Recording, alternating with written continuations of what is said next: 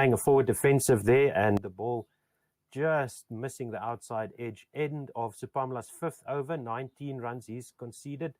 After 15 overs, Sri Lanka are 46 for 1 after winning the toss and choosing to bat at the Wanderers. That was a genuine chance there. It must have missed the outside edge by just the faintest of whiskers, and you could see the reaction from the cock and the slip cordon, all of them looking skyward. That was Tiramani did everything he could to make that, and wasn't quite good enough to get the edge up. Ravi, Reddy, Yes, also think Coach, it's time to bring out pocket rocket Rian Mulder. That could be a good call. He hasn't bowled yet this morning, has he? So he would be a nice one to bring in. And he had a good test match at Centurion. He had a very good test match, I think. Yeah. And Ngidi continues now. He bowls this first delivery down the leg side to Quinton de Kock for no run. Kusal Pereira facing on 39 or 47. 46 I keep on forgetting that he's only bowled he's only played the 2 test matches for South Africa. I sort of vaguely thought that this was his sort of 4th or 5th. Yeah. Diana Patterson, Mrs. Shandy, says the echo is rather distracting. Could you fix that? What I'd love to ask you, Diana, is it a particular person from whom you're hearing the echo, or is the echo throughout the whole broadcast? Because there would be different fixes for different situations. Ngidi into Pereira, swishes wildly at this one outside off stump, went down on one knee, missed it completely through to Quinton de Kock for no run, and now he's looking up at the sky, and Ngidi had the better of him there. Let's see where this pitched as we see the replay now. Full and outside off, so tempting Pereira with the wide one, but it's too full for Pereira. He almost got underneath it, but he's standing way outside his crease, and that bounced just short of the popping crease. 3 slips, and then a 4th slip or a gully and a backward point in for Ngidi. As we see him coming in again for his 3rd delivery now, past the umpire. And this one is on the stumps by Ngidi. Good full delivery.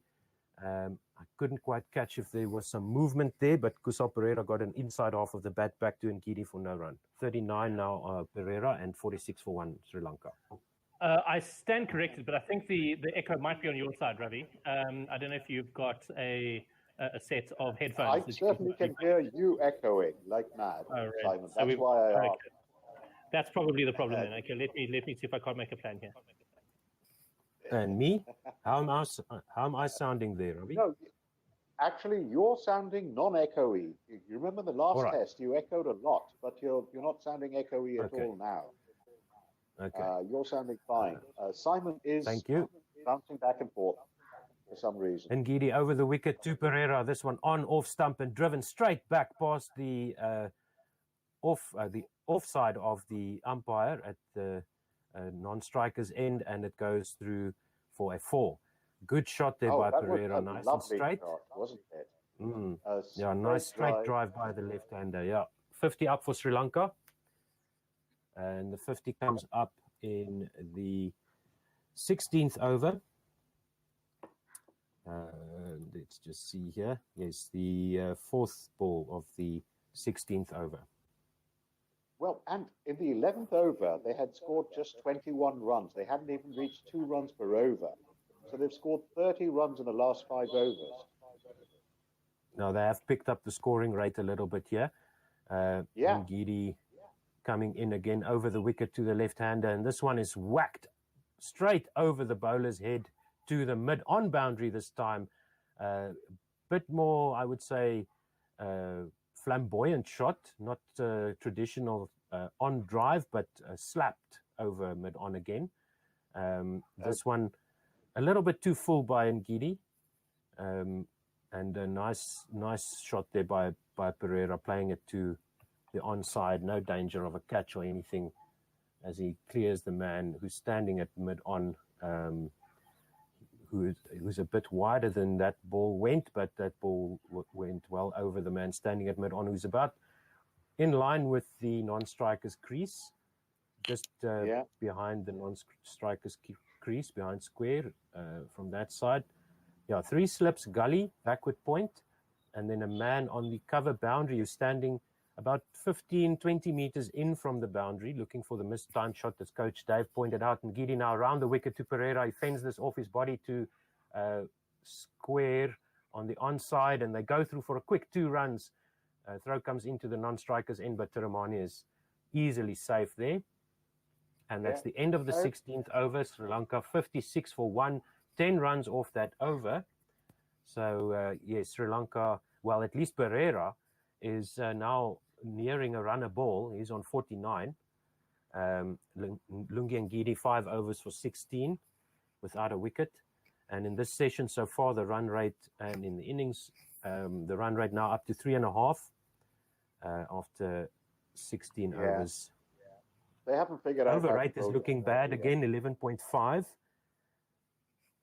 I'm not sure. They bowled 13 overs in the first hour. It's these boundaries that bloody Kushal Pereira is hitting. That's causing problems. So Sipamla continues this one across Tiramani, left alone and almost through to first slip. As such was the angle. Tiramani is on 5 of 12 deliveries now. Sri Lanka 56 for 1. First slip, Rassi Erasmus. Oh, not Rassi Erasmus. What's his name? Rassi van der Dussen. Rassi van der Dussen, yes. Is this live? Oh no, this is just showing the replays. I'm actually mostly talking to see whether I've got an echo, and I still do, which is a bit of a problem. Yeah, well, we have some tweets between Vincent Barnes and Ravi the Heavy Roller Reddy, which make no sense to me and might as well be code. They could be using our Twitter feed to describe a plot or something, but I'm not sure that over the wicket to Tiramani. He fends this off, middle stump, off his pads. They go through for a quick single, and the man backing up there seems to have injured himself. Aidan Markram just maybe caught the ball on his wrist as he was backing up for the throw coming in from cover, extra cover region. And Markram standing at third slip there, just the ball bouncing right in front of him and catching him on the arm. He's rubbing his forearm, but he's back on his feet. Walk it off, son. 57 for 1 after that quick single, and Pereira will now face the third ball of Sipamla's 6th over. Sipamla conceding 20 so far. He's got 2 slips and a gully, man at backward point. Comes in now to Pereira, who flicks this from in front of his chest down to the square leg boundary, and that's a 4. Ngidi was unable to run around from fine leg to get to that, and that is Kusal Pereira's 6th Test 50. Well played. He's the only one that's been able to score freely and exploit the loose deliveries from the South African bowling attack. That was indeed Kusal Pereira's 650. It came at just about a runner ball. 53 of 55 balls. He's hit 10 fours, 22 runs off Luto himself, and is just looking so good indeed. He clearly loves batting against South Africa in South Africa. Sipamla in again.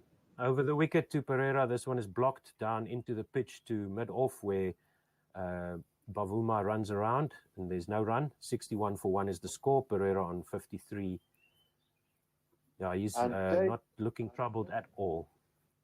Coach Dave Midgley says he includes Laura Wolfart in this tweet, and he says, floating trophy for cover drives is an apt name. Looks like she is floating when she's playing shot.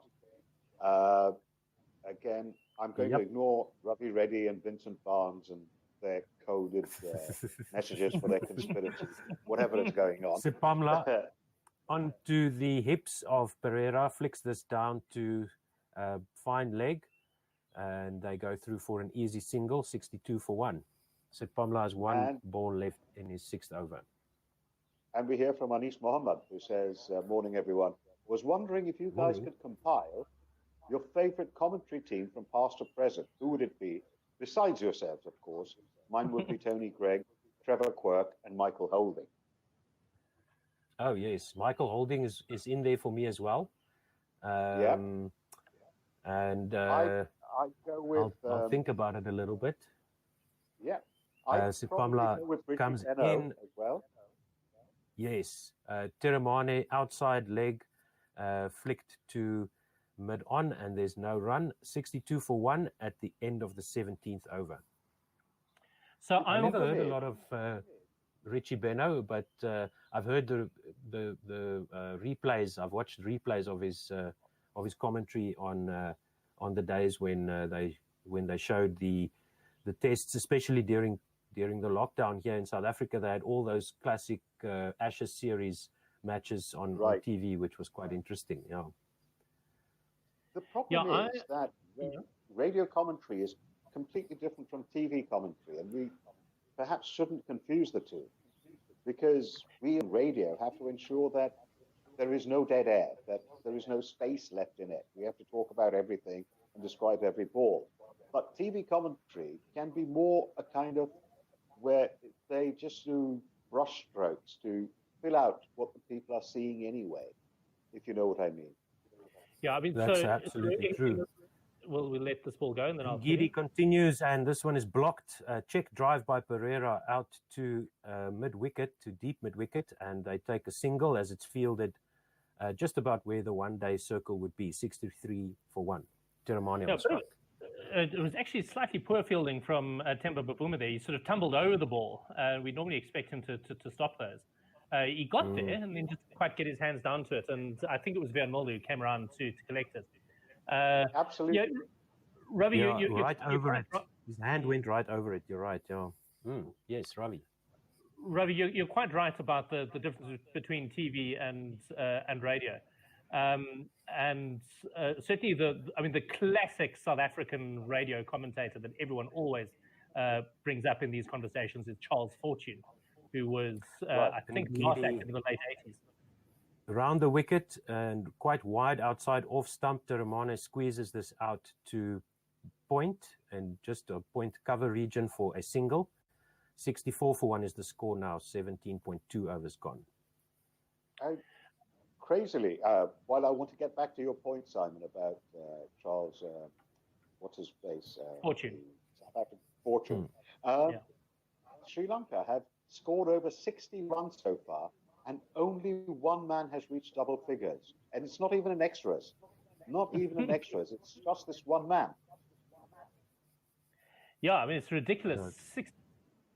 64 for 1, and 55 of those are from Pereira. Ngidi, and here's more. Ngidi to Pereira wide outside off stump, and he carves this through the onside with the inside half of his bat, beating the fielders on the onside completely for another boundary. 68 for 1. So this one by Ngidi is coming round the wicket to the left-handers now. And just a wild swing again, trying to play that same slap shot back over the bowler's head or past the bowler, and bisects mid-wicket and mid-on. So nobody even got close to that. I would say good shot by Pereira, almost. Ngidi comes around the wicket again. Yeah. And this one is a cross-batted shot played by Pereira, and he didn't get an edge onto that. If he had anything on it, it would have been a toe end of the bat, because his bat was completely flat, trying to pull this from outside his off stump to the onside, no run.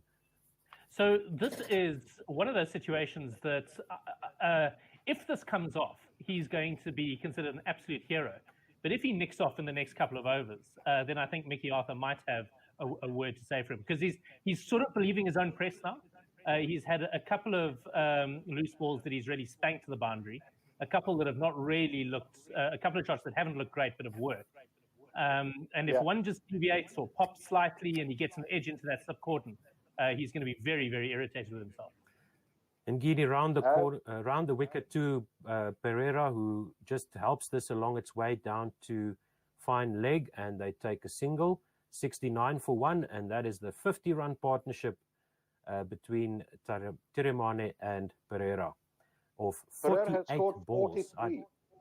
Pereira has scored and we 43 see the, of the 50 runs. Of those runs, yeah, exactly right. Ravi Tiramane only contributing 7, and it's all Kusal Pereira at the moment. And so I would imagine Tiramani is just watching the show here and trying to get Pereira as much of the strike as possible.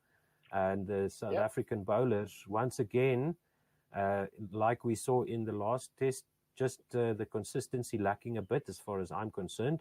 As Ngidi comes in again around the wicket to Tiramani, defends this into extra cover for no run. End of the over, 18 overs gone, 69 for 1. Ngidi is now in 3 overs conceded 23 runs. Yes, go for it. Yes, let's do tweets quickly. Diana Patterson tells us now the echo comes and goes, but is loudest and strongest now that Simon has joined. There was no echo with the last commentary team. So, Simon, it's you, I'm afraid. Thank you for the feedback. We do appreciate that, and we will do our best to sort those gremlins out.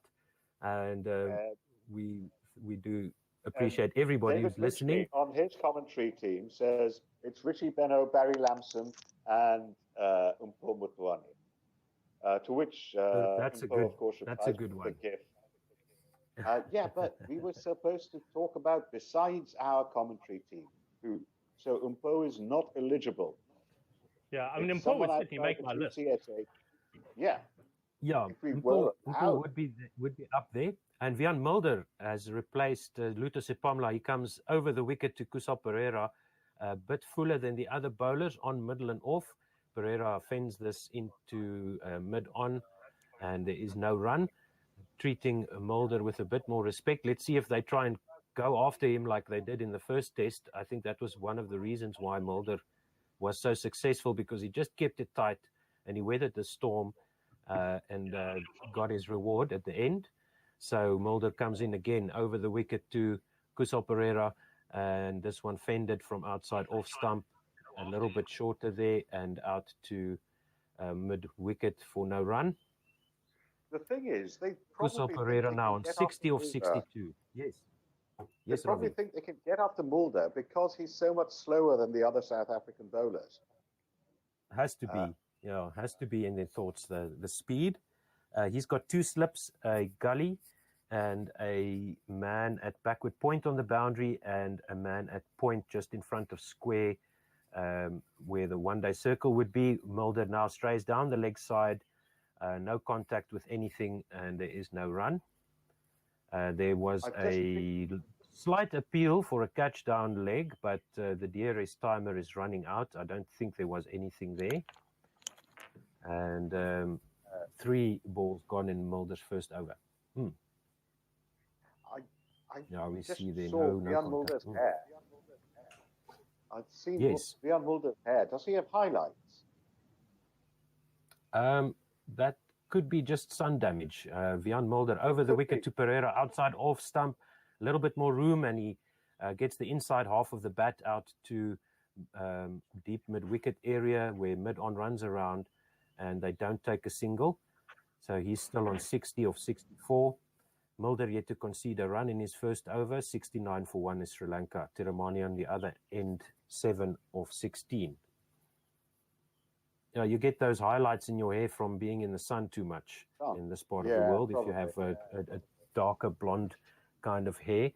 And we see that replay there. Mulder now into Pereira, blocks this outside off to point, to cover, and there's no run. One more to go in this Mulder over for a maiden. Thanks to Diana Patterson, Simon has got so self-conscious. He's left us for a while. And he's coming back and trying to get rid of the echo. So what Simon is one of our producers on the show. So he's sorting out the technical stuff and doing the commentary. So well done, Simon, if you can get that fixed. Mulder over the wicket to Pereira, blocks this on his middle stump, and there is no run. Maiden over to start for Mulder. Nice tight lines there. Some of the wide stuff Pereira wasn't able to get hold of, or went straight to a fielder. So we'll wait and see if Mulder can follow this up and back this up. So once again, thank you for all your tweets coming in. Do tweet us at Gorilla SA. That's GUERILLA SA. Our counterparts are broadcasting the Big Bash League, if you want to follow that. But rather follow that on some website somewhere and follow this real cricket that's being played here between Sri Lanka and South Africa. And we see now the first ball of is this Ngidi bowling. It went down to the slip cordon. Yes, it's Ngidi continuing, and Dean Algar caught that on his thumb. Unfortunately, he didn't catch that cleanly. Seems to have ruptured his thumb there. Tiramane with an edge into the slip cordon, but I think that bounced short of Algar. That's why it injured his thumb instead of going into his hands. I don't think Oh, it bounced no, short. he's dropped it. Missed it. He's dropped it. I think he just missed it. He had both hands on the ground, and it just caught his thumb. So slight misjudged catch attempt there by Dean Algar at third slip, and Ngidi in again. Tiramani leaves this one alone outside off stump. So the first chance of the morning goes down. Has there been other missed catches, Ravi? No. This is the first chance going down. But of course, Karuna Ratne was caught. Yes. So the first one going down. You're quite correct. Yeah. You're quite correct. And so this one, Tiramani sort of squared up. His foot is nowhere near the ball. He's playing a defensive shot coming forward, but his foot is almost outside his leg stump. And it catches the edge high off the bat to third slip, where it's dropped by Dean Algar. Well, he's played 65 matches and taken 68 catches, so uncharacteristic by him. Ngidi into Tiramani again, inside edge, goes out to square leg, and there's no run. That was not a great drop by Algar at all there. It was dying on him a little bit as it sort of flew through to him at third slip. And I think he thought it was going to carry to him, and then it just sort of died, and he had to reach forward to try and get his hands underneath it. And so I think landed up having quite hard hands as it hit him. You know that absolutely right, Simon, and he went over with his face into the grass as he was overbalanced there, misjudging the flight of the ball, and he's just indicating that to the other people in the slips there, that the ball died on him a little bit. 69 for 1 is still the score. And Ngidi in for his fourth ball of the 20th over around the wicket to Tiramani, who blocks this out to mid-off region for no run. So Tiramani is definitely the guy we want to be bowling at from a South African point of view. And from Sri Lanka's point of view, he just needs to get a single, just get something on it and get Pereira back on strike, as now South Africa have employed 3 slips, what looks to me like a gully and a backward point. So plenty of catches there. So let's see if Ngidi can find the outside edge again. This is like that zombie film or whatever, The Walking Dead. But I'm going to call this the series of The Walking Wounded between Sri Lanka and South Africa. There have been so many injuries and niggles. You can't call it anything else but that. They don't seem to be able to catch the ball without hurting themselves. This one by Tiramane is driven off the front foot out to extra cover where Bavuma runs and hauls it in.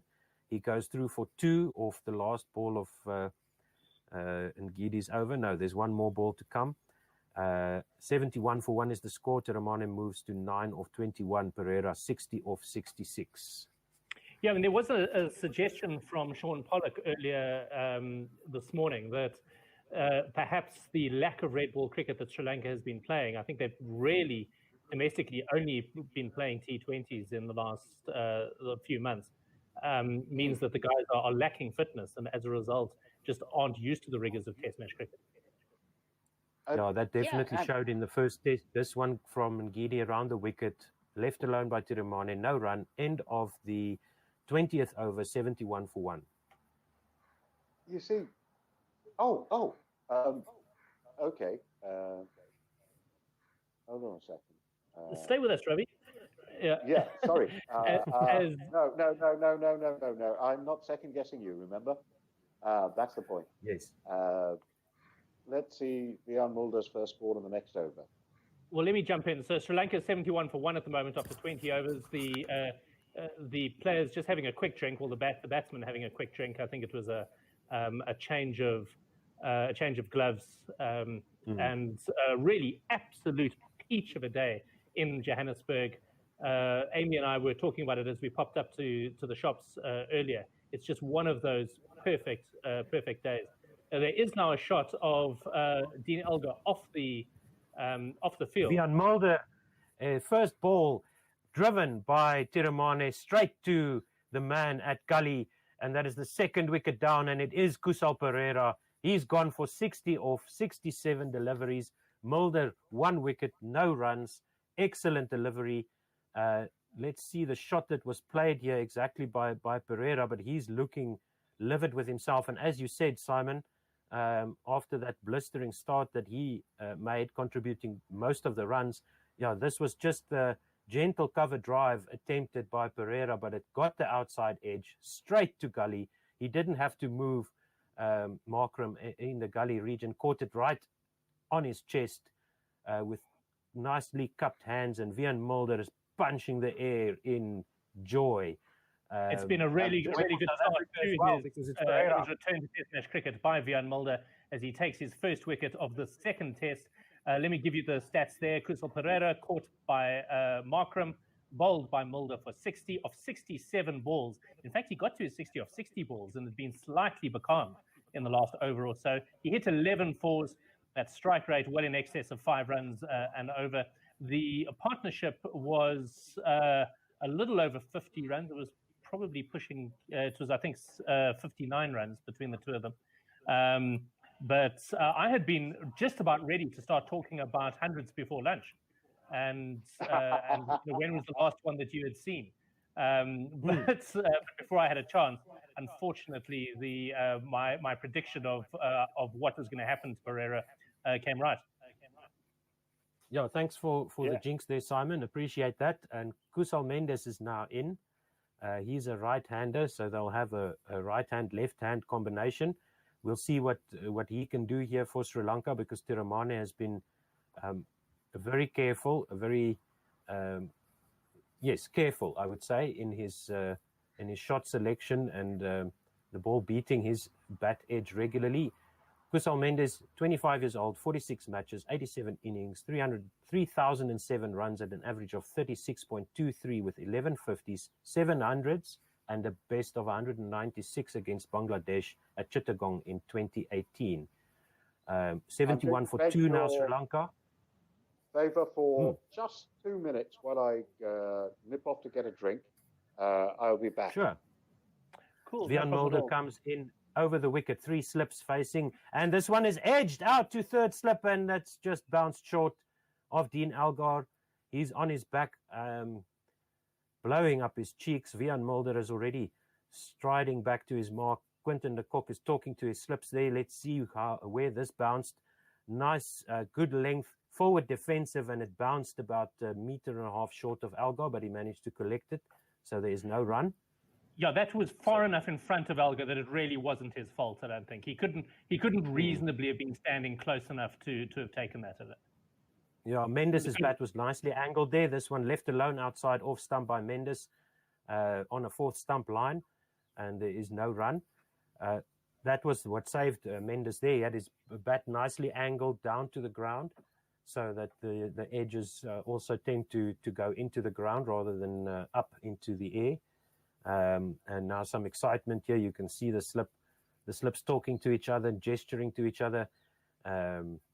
Some energy there in the field for South Africa as Vian Mulder comes in again over the wicket to the right-handed Mendes on off stump, defended out to point, no run. Great bowling here by Mulder. We've got some tweets in from Anis Mohammed. Firstly, saying the Proteas need to thank you, meaning me, for the jinxing of Pereira, which I did indeed do. Normally it was, now that I wasn't able to who was it that I used to jinx all the time? It was Hashim Amla. Regularly getting Hash out. Amla and Bavuma. Yeah. Mulder over the wicket to Mendes. And this one is edged out to first slip, caught by Rassie van der Dussen. Mulder has got 2 wickets, no runs conceded, and he's only bowled 11 balls, 71 for 3, 2 wicket maiden so far from Vian Mulder. Mendes goes back without scoring, facing those 4 balls from Mulder after he got Kusal Pereira with his first delivery. This one swinging a little bit through the air and straightening off the pitch. Had to play it. It was on off stump, pitching middle and off, and would have hit or would have gone over middle. Could have left that on length if he was really brave and had his eye in, but he didn't. Played the forward defensive, got the edge through to Rassie van der Dussen, and that slip standing so far back seems to be the place to be, because he caught that on his knees. He was down on his knees, and it went straight to him. Comfortable catch in the end there from Rassie. Well, he made it look comfortable. Obviously, he's a good slip fielder. 71 for 3. Indeed, it's a tale of 2 Kusals for Wiaan Mulder this morning. After 1.5 overs, he's now taken 2 wickets for no runs. I'll give you the numbers. Kusal Mendes caught by Rassie van der Dussen, bowled Wiaan Mulder for naught, just 4 balls face, and of course the partnership no runs as well. So that leaves Sri Lanka quivering slightly at 71 for 3. So already very much the Proteas session this morning. And if they lose another, then South Africa are going to be in the driving seat. The huge concern, of course, is that no one other than Kusal Pereira has even got into double figures. Kurunaratne was caught de kock, bowled Nortje for 2. Pereira scored 60. Mendes nothing, and Tiramane is there on 9. So as Minod Banuka comes to the crease on his debut, this is a very, very tricky time for him to join us. Yeah, in his first-class career, he's aged 25. He's got 55 matches in his first-class career, 85 innings, 3,530 runs, average of 44.68, 11 50s, 11 hundreds, and a best of 342. So the man can bat. Let's see if he can bat at the Wanderers facing Wiaan Mulder. 71 for 3, 1 ball to go in Mulder's second over. Over the wicket to Banuka. He fends this, got a bit of a leading edge just in front of square on the onside, and there's no run. So he hasn't got a golden duck in his first test, in his first appearance for his country. And Wiaan Mulder smiling as he bowls a double wicket maiden. Excellent work there by Wiaan Mulder. As we see a replay of the catch there. Good.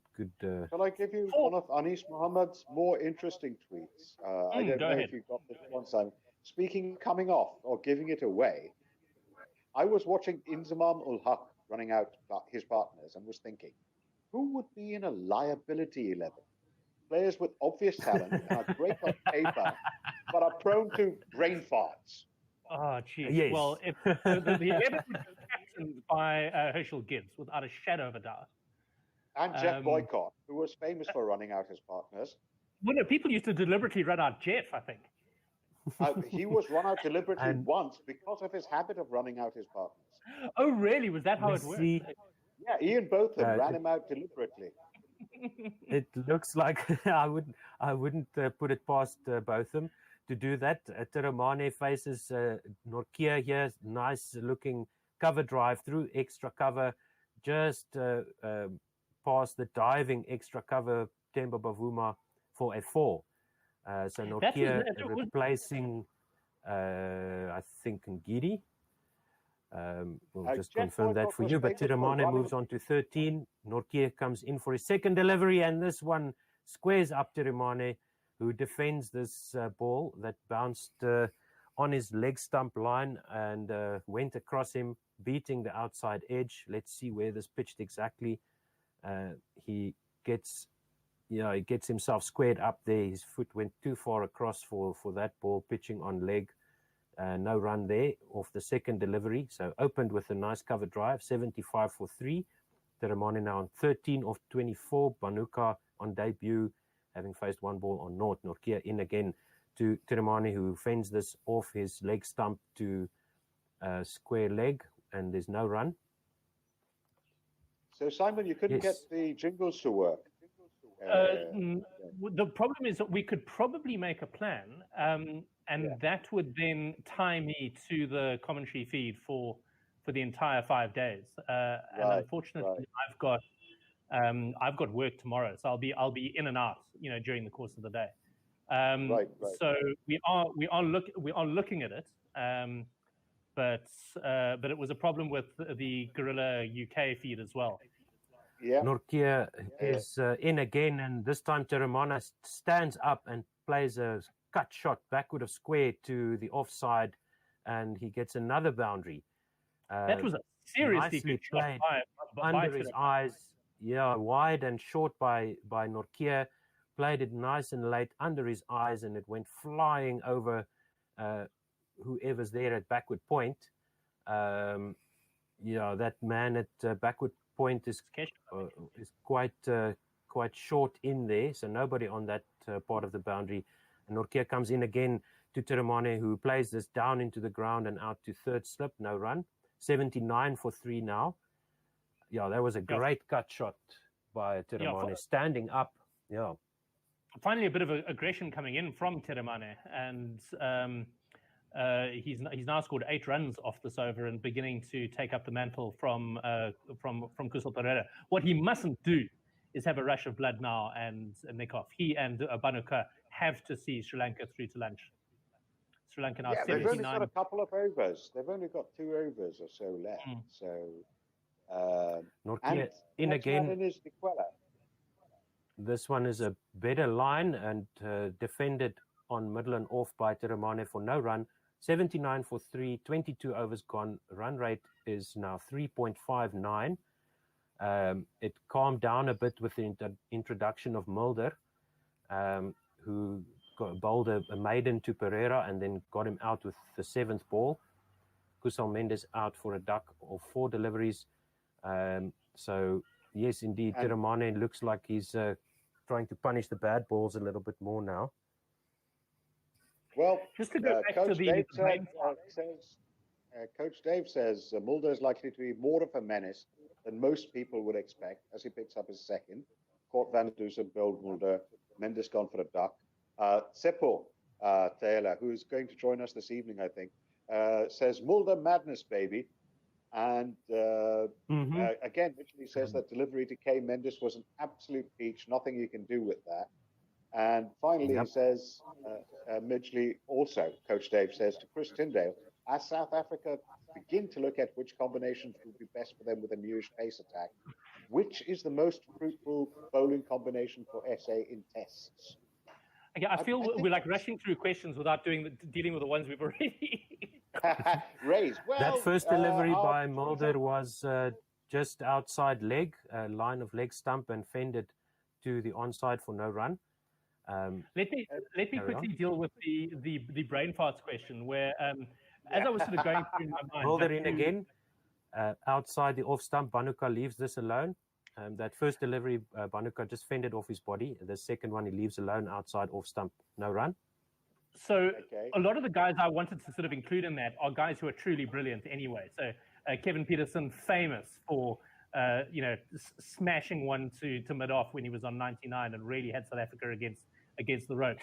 But the one player that we've watched recently, who I thought was consistently let his team down when they were under pressure, was former Pakistan captain Sarfraz Ahmed. Mulder into Banuka. This one is played off his leg stump out to square leg, where it's fielded by Ngidi, and they take a single. So Banuka is off the mark in Test cricket. 1 of 4. Teremane will face the 4th ball of this over. 22.3 overs gone, 80 for 3, and Teremane is on 17 of 28. Yeah, he was out here. To us, Ravi, morning all. Has Ravi complained about batting like T20 again? Yes. I have. Yes, he has. I have. But only from Pereira, and thank goodness for Sri Lanka that Pereira was able to do that. Otherwise, they would have been on 20 for 3. Teremane facing Mulder, and this one he leaves alone. Tight line on his off stump, outside off. Good leave by Teremane, no run. Yeah, really good ball that by Mulder as well. Ravi, you asked us a question, something about South Africa's bowling attack. What was the most fruitful combination for South Africa in tests? Which I think is an unfair question, actually, because South Africa has. Well, I mean, that's a question that does actually have an answer, though. I mean, that has a sort of statistically provable answer, and I think I heard it the other day. Mulder in again, and Edge goes to second slip. He's got his third wicket. It's Oh, my 80 for Lord. 4. Teramane is out for That's a fact. 17 of 30 balls. Caught by Faf du Plessis at second slip, squared him up, got the outside sort of leading edge there. Leading edge. And Mulder has conceded 1 run now. Banuka scored his first test run off Vian Mulder. 3 wickets for 1, 2.5 overs. Vian Mulder, wow. Very nicely really done. Astonishing. Really beautifully taken by Faf du Plessis, just rolling over to his left. Let me give you the numbers there. Teramane was caught by Faf, bowled Vian for 17. Teramane faced 30 balls, which is actually, I thought he had actually faced more than that. It had just been such a Pereira show before that. And Sri Lanka now on 80 for 4 with a debutant at the crease, who's Banuka, who's on 1. We'll have to wait and see who's going to be joining him. But Vian Mulder, his figures at the moment, 2.5 overs, 2 maidens, 1 run, and 3 wickets. An astonishing start to his bowling in this test match.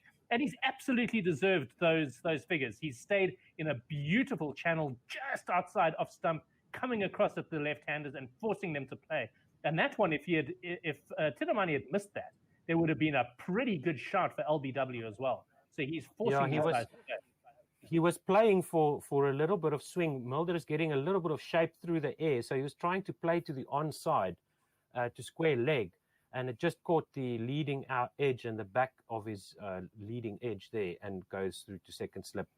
So Mulder managing to get some movement off the pitch as well, making that ball just bamboozle Teramane there. And after facing so many balls, he would have wanted to get a better eye in. Your Philander replacement, isn't he? Absolutely, yes. Is he? Yeah, slightly different sort of bowler, I think. Line and length, but line and length consistency. And slow. Nirushant joins the Banuka now at the wicket. 39 matches, 68 innings, 1,980 runs at an average of 30 point something. And Mulder is in again to him, to Nirushant Dikwela, who defends this outside off to the onside, and there's no run. Score is 80 runs for Sri Lanka, 4 wickets down. Vian Mulder, the destroyer of Sri Lanka in Johannesburg. This is his home turf. He knows this place well. He plays for the Lions, doesn't he? He does indeed. Grew up at St. Stithians College. He's got a younger brother who also captained the Saints first 11. And I think Vian was SA Under-19. Was he captain in his year? Or he certainly was one of the stars of that SA Under-19 team when he represented. But he's, there are shots of him in the Wanderers dressing room in his school kit still, yes. In his school uniform, having come straight from school. So he's been someone who's been around the Lions setup for a long time. And our own Coach Dave, I think, has had something to do with him over time. We should actually ask Dave. We're just talking about the last over before lunch. Nortje goes over the wicket to Banuka, and he defends this one outside off, and there's no run. So Dave literally says the stuff is too easy as Mulder takes his third stick for only 1 run. Indeed.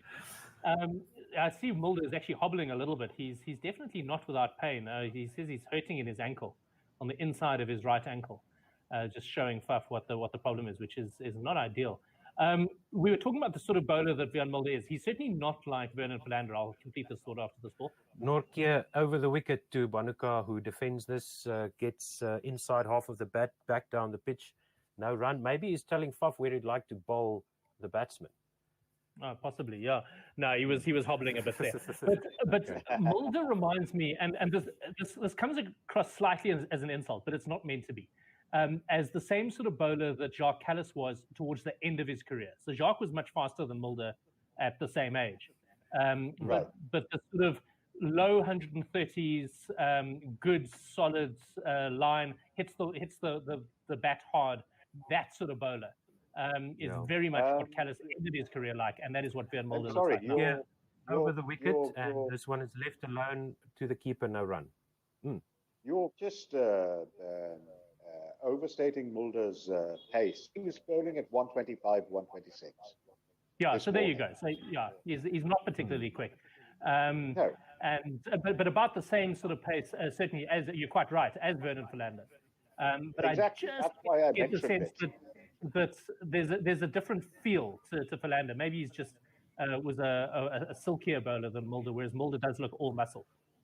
Nurkia Yes. over the wicket to Bhanuka, left alone again, no run. And I do worry that Mulder, I mean, we saw him bowl himself into the ground after about 10 overs. He was absolutely exhausted at Centurion, and already now he's hobbling, and he's only bowled 3 overs this morning. I worry that very, very muscly delivery of his is setting himself up for injury later on in his career. Well, not, we know he's been injured already, but it's going to be a continual problem. Oh, So was that his right ankle, you said, Simon? He was showing over the wicket, and Bhanuka plays this one past the diving backward point into the boundary for his first boundary of his career. 5 runs now for Bhanuka of 8. 84 for 4 is the score. 5 of 9 for Bhanuka. As we see a replay here, just a little bit too much room, a nice backward point drive there under his eyes. Outside half of the bat, played down into the ground, just in front of square for the backward point fielder, and nice shot here by Bhanuka.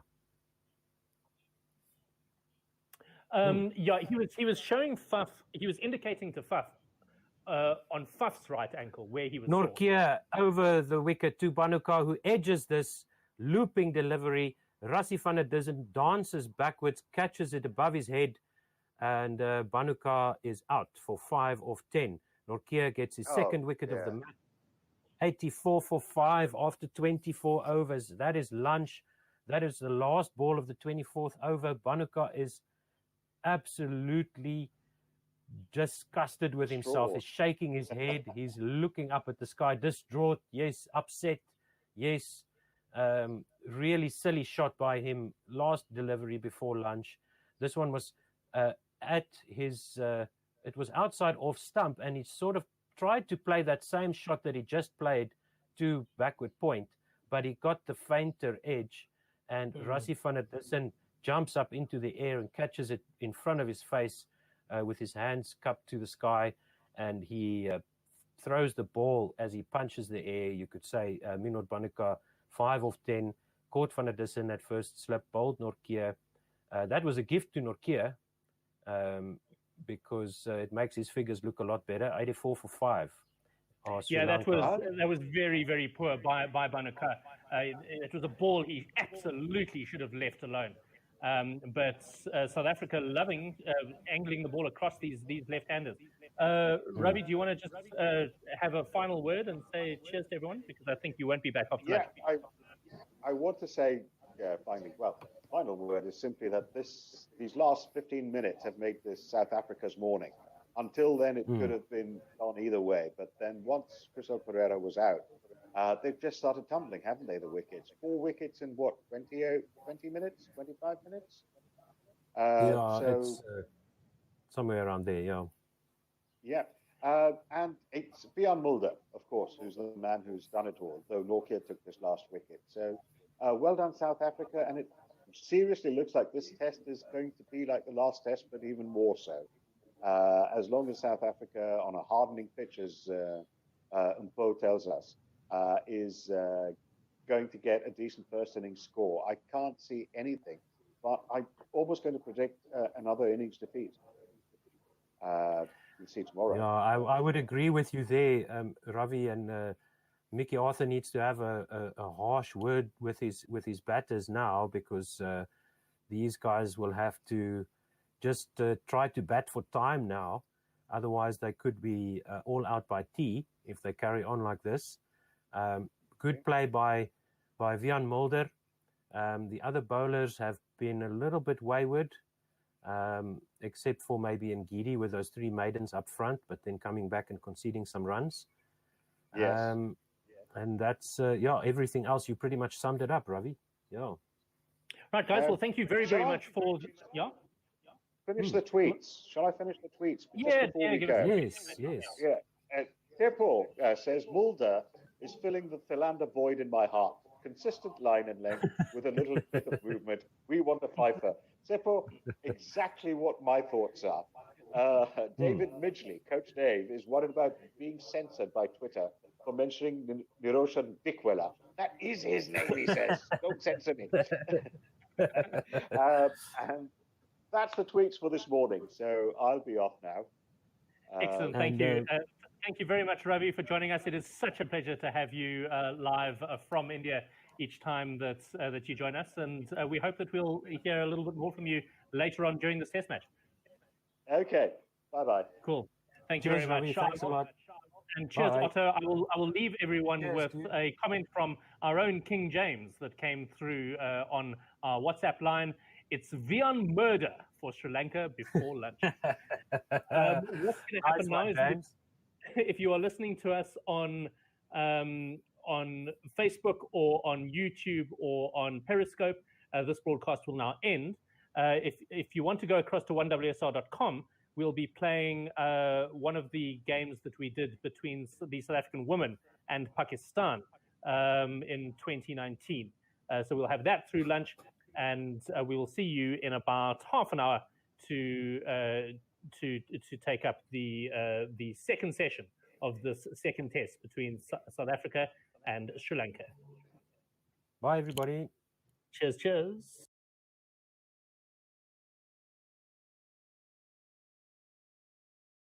Matthew Wade captaining Australia.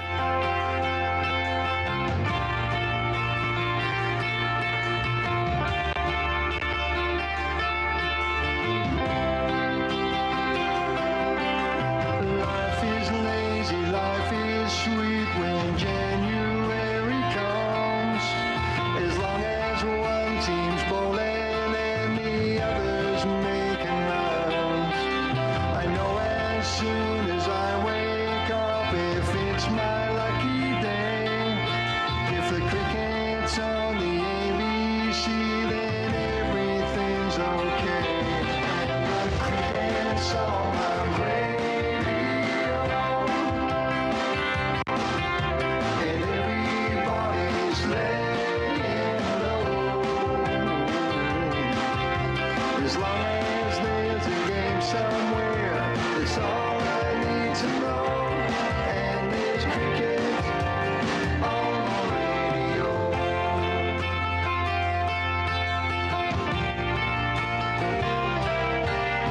Draw the curtains, pull the blinds, it's speeding down out there.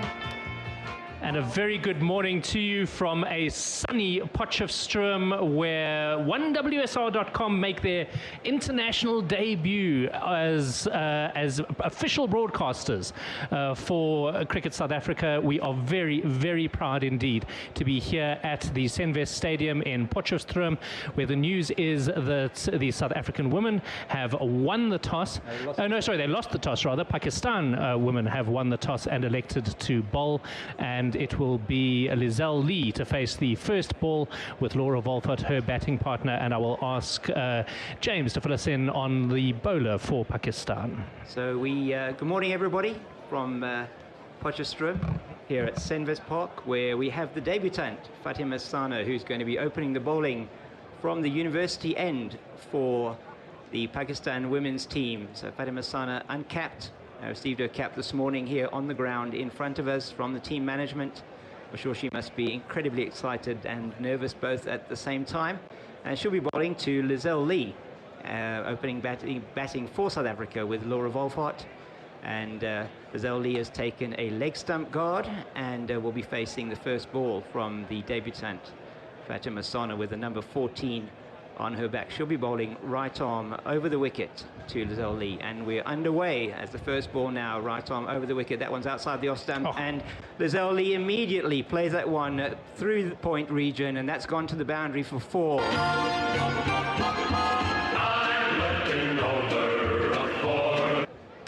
That was a little bit of a way shape from Ayman Anwar there, and full ball, and Lizelle Lee just leaning into that. A very, very classy square drive by her, which is good to see. This is a woman in her second career. I think that she was dropped for fitness reasons for the Sri Lanka series. I really, really took that hard, and she's worked incredibly hard to come back. So Fatima past the umpire now, balls now to Lizelle Lee. That one's short outside the off stump, and she jabs that into the ground, and it goes on the first bounce to the slip fielder. And we have a typical a traditional ring field here for the opening overs of this one-day international.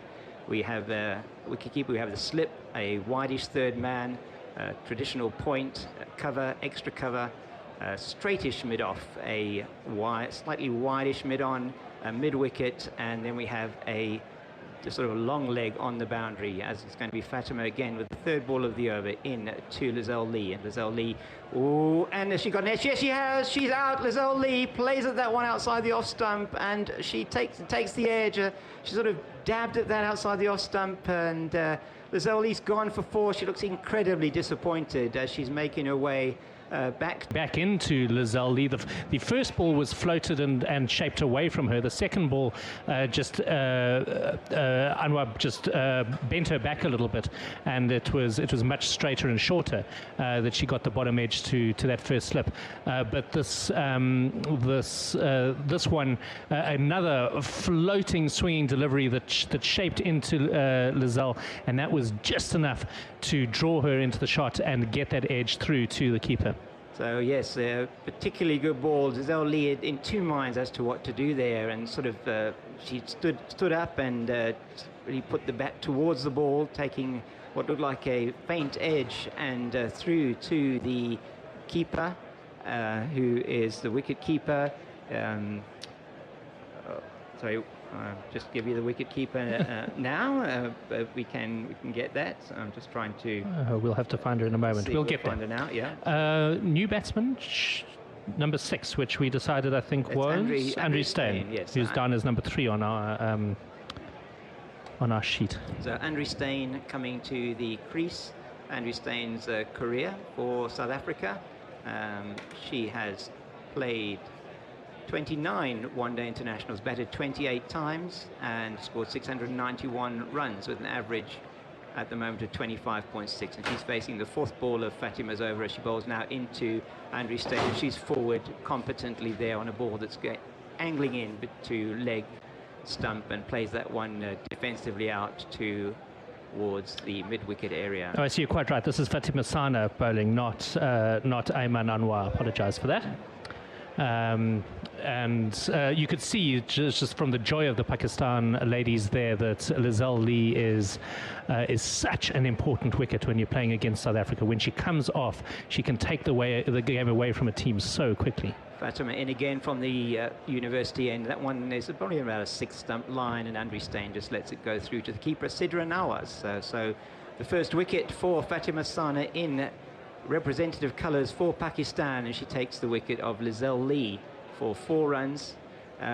What joy, take your first wicket in your first over in international cricket, and that big wicket of Lizelle Lee. So she'll be coming in now for the last ball of the first over of this one-day international. From the university end, it's Fatima into Andrew Steyn. She bowls now, and that one outside the off stump, just inside the wide line, and Andrew Steyn has a full go at that one outside the off stump and misses it. So it goes through to the keeper, Nawaz, and score at the end of the first over. South Africa are sitting on 4 for the loss of that Lizelle Lee wicket. That's 4 for 1, South Africa. And beautiful day here in Potchefstroom. The sun is shining. We have some very high, light cirrus cloud in the distance. And it's a beautiful day for cricket. Lovely and warm out there in the middle. Not a breath of wind. As we see the second over, which is about to be bowled for Pakistan. And it's going to be their talismanic former captain, and the lady's taken most wickets for them, Sana Mir, who's going to be bowling from the Senves end here at Senves Park. is going to be coming. You've worked with Laura Wolfart a lot, certainly as a child. I mean, I always get the sense she prefers the ball coming onto her. Is she okay with spin?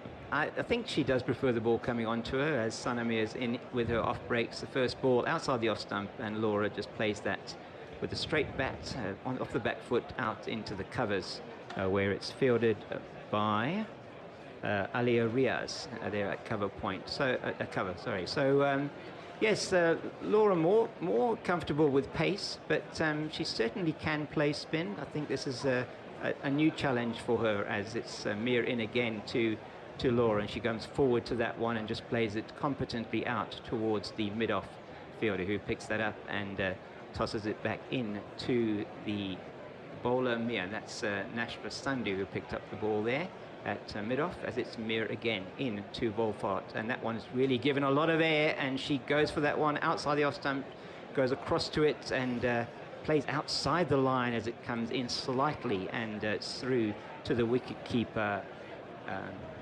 Nawaz, Sidra Nawaz.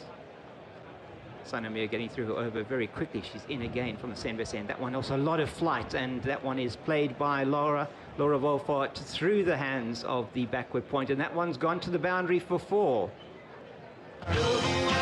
Whoops, sorry. Here we go. 4! Hit it!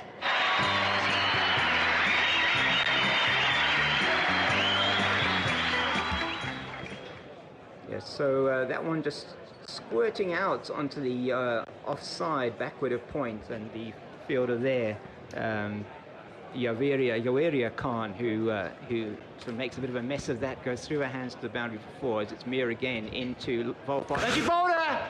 She's bowled, oh my word. Laura Wolfart going forward to that one and trying to play a drive, and it comes in. I don't know if it hit the inside edge, but she's gone. She bowled neck and crop by Sanamir, and what a disappointment for South Africa, as their normally rock-solid opening batsman Laura Wolfart is going back to the pavilion in the second over for a score of 4, and so that. Go OUT the window, go OUT the window, go OUT the window, 'cause OUT spells out. And that's that ball given plenty of air, and obviously just turning back into the right-hand batter, and Laura playing, I think, around it, attempting to drive it out into the covers, and either got an inside edge or had it turned back through the gate to take her off stump. So that is a disastrous start for South Africa. Both openers now each gone for 4 runs each, and they are 8 for 2. Yes, we're still with 1 ball left in this Sanamir over, and certainly this is a challenge that the South African women would not have perhaps come across that often. I know against Sri Lanka they would have been playing against spin quite a lot, but this is a quality attack here from Pakistan, as Mir is in for the last ball there. Just Sine Luce, and she bowled her as well. Clean bowled. Oh my goodness, South Africa. Sine Luce is bowled. First ball by Sanamir. That one, she wasn't getting forward or back really. She's just trying to play that one off the crease, and goes in through the gate and knocks back the middle and off stump, and Sine Luce is on her way for a golden duck. Get out! Get out! Get out of here! And he went with a quack and a waddle and a quack and a very unhappy tear. Mignon du Plessis, Mignon du Preez rather, just kneeling down as she crosses the ropes and having a quiet word with the powers that be. And I think she needs all the help she can get at the moment. This Pakistan side with their tails up. This has been the perfect start to their South African tour, and let's hope now that that Mignon and Anki Steyn can bring some stability to this ship. Yes, so that one again from Sanamir. She's giving it a huge amount of flight, so it's getting it above the batter's eye line, and a lot of flight, bit of drift, and then as it's coming down with a beautiful shape into the batsman, maybe a little bit of turn as well, but just I think more fooled in the flight there, Simon, with that one, as Sanelus not really knowing whether to come forward or go back. They were both very, very similar balls, tossed up, allowing it to drift, through the air towards the batsman, and then obviously turning off the pitch a little bit. Both of them pitching outside off, and then I think hitting that off stump each time. Start of the third over, it's Fatima in now to Andri Steyn, and she plays that one wide outside the off stump on a very fullish length, almost half volley length, and she reaches across and guides it down to third man for a single. So that's Andri Steyn off the mark here in Potchefstroom. She's getting some nice shape here, is Fatima. Really pitching the ball up and allowing the movement through the air to do the job for the batsman. This will be Mignon du Preez's first ball that she will face this morning. And it's Fatima again from the university end, and she's in to Mignon du Preez, and she bowls that one on the line of the off stump, coming into Mignon du Preez, and she's backing across and playing that one back to the bowler. Looking a little bit hurried playing that shot. Significantly faster ball that. That was a good 5 to 10 k's an hour faster than the previous ball that she had bowled. Not looking for the swing at all. That time just angling it in to Mignon and tucking her up very, very nicely. And now it's really time. These two for South Africa will really have to consolidate, see off the very dangerous off spin of Sana Mir, as it's Fatima again in from the university end. And that one is a full toss outside the off stump, and Mignon du Preez doesn't miss out. That one's gone through cover point for 4.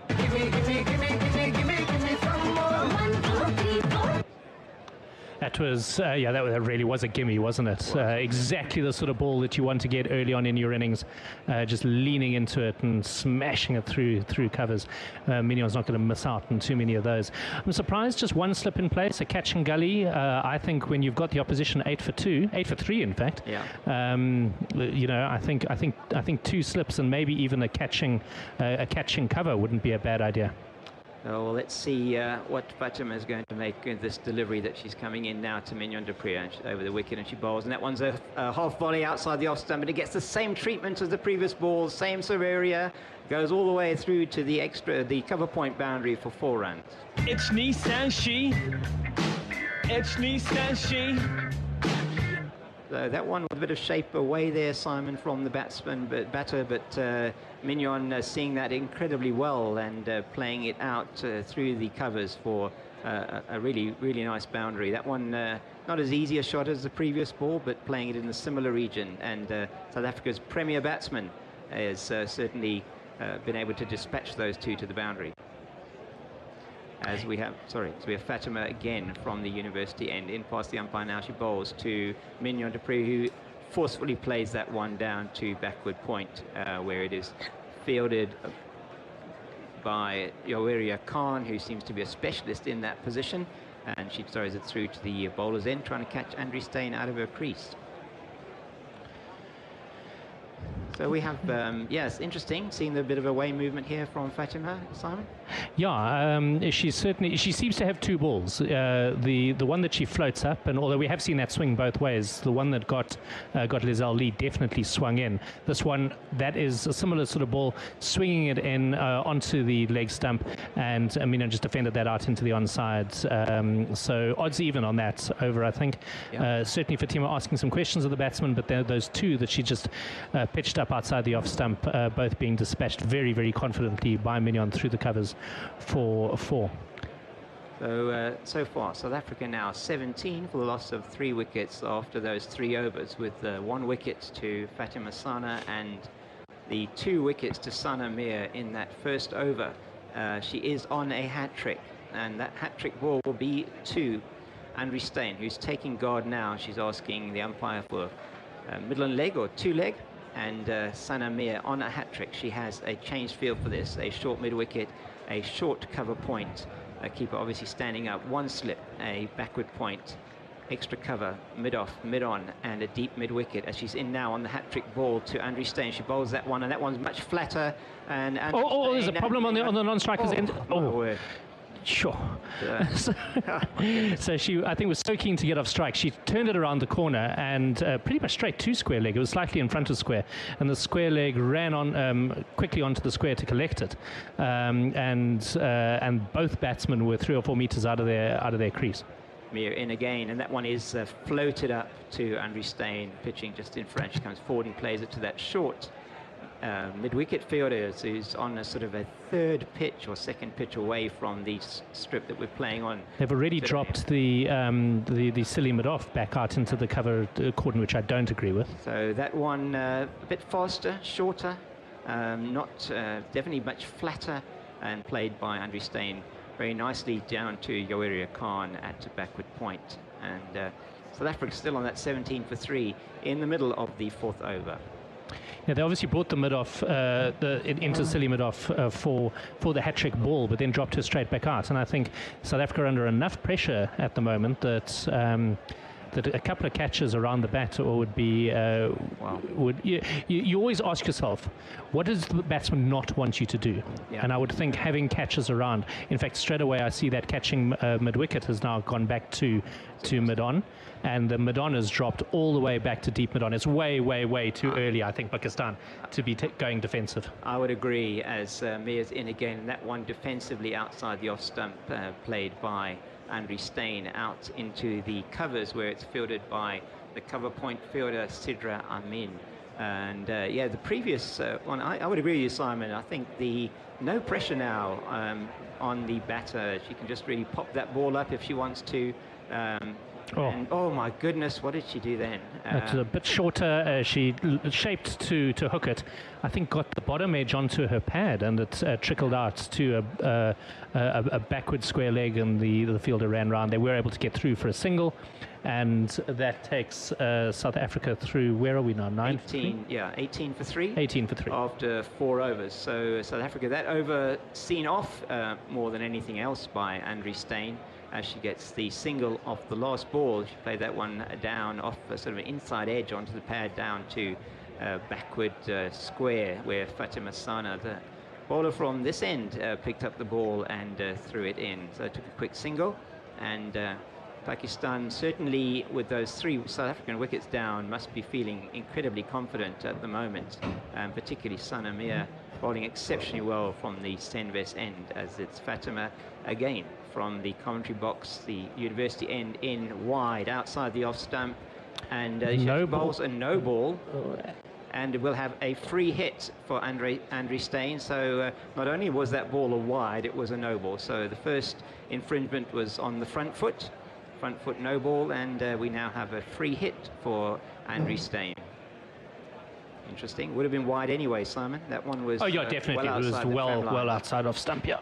But so she's a very, very good bowler, this, but a little bit inconsistent. You know, she's had a couple of bad balls each over, which have been dispatched out through the covers. But when she does get a bit of shape and gets the batsman guessing, she's very, very good. Right, free hit.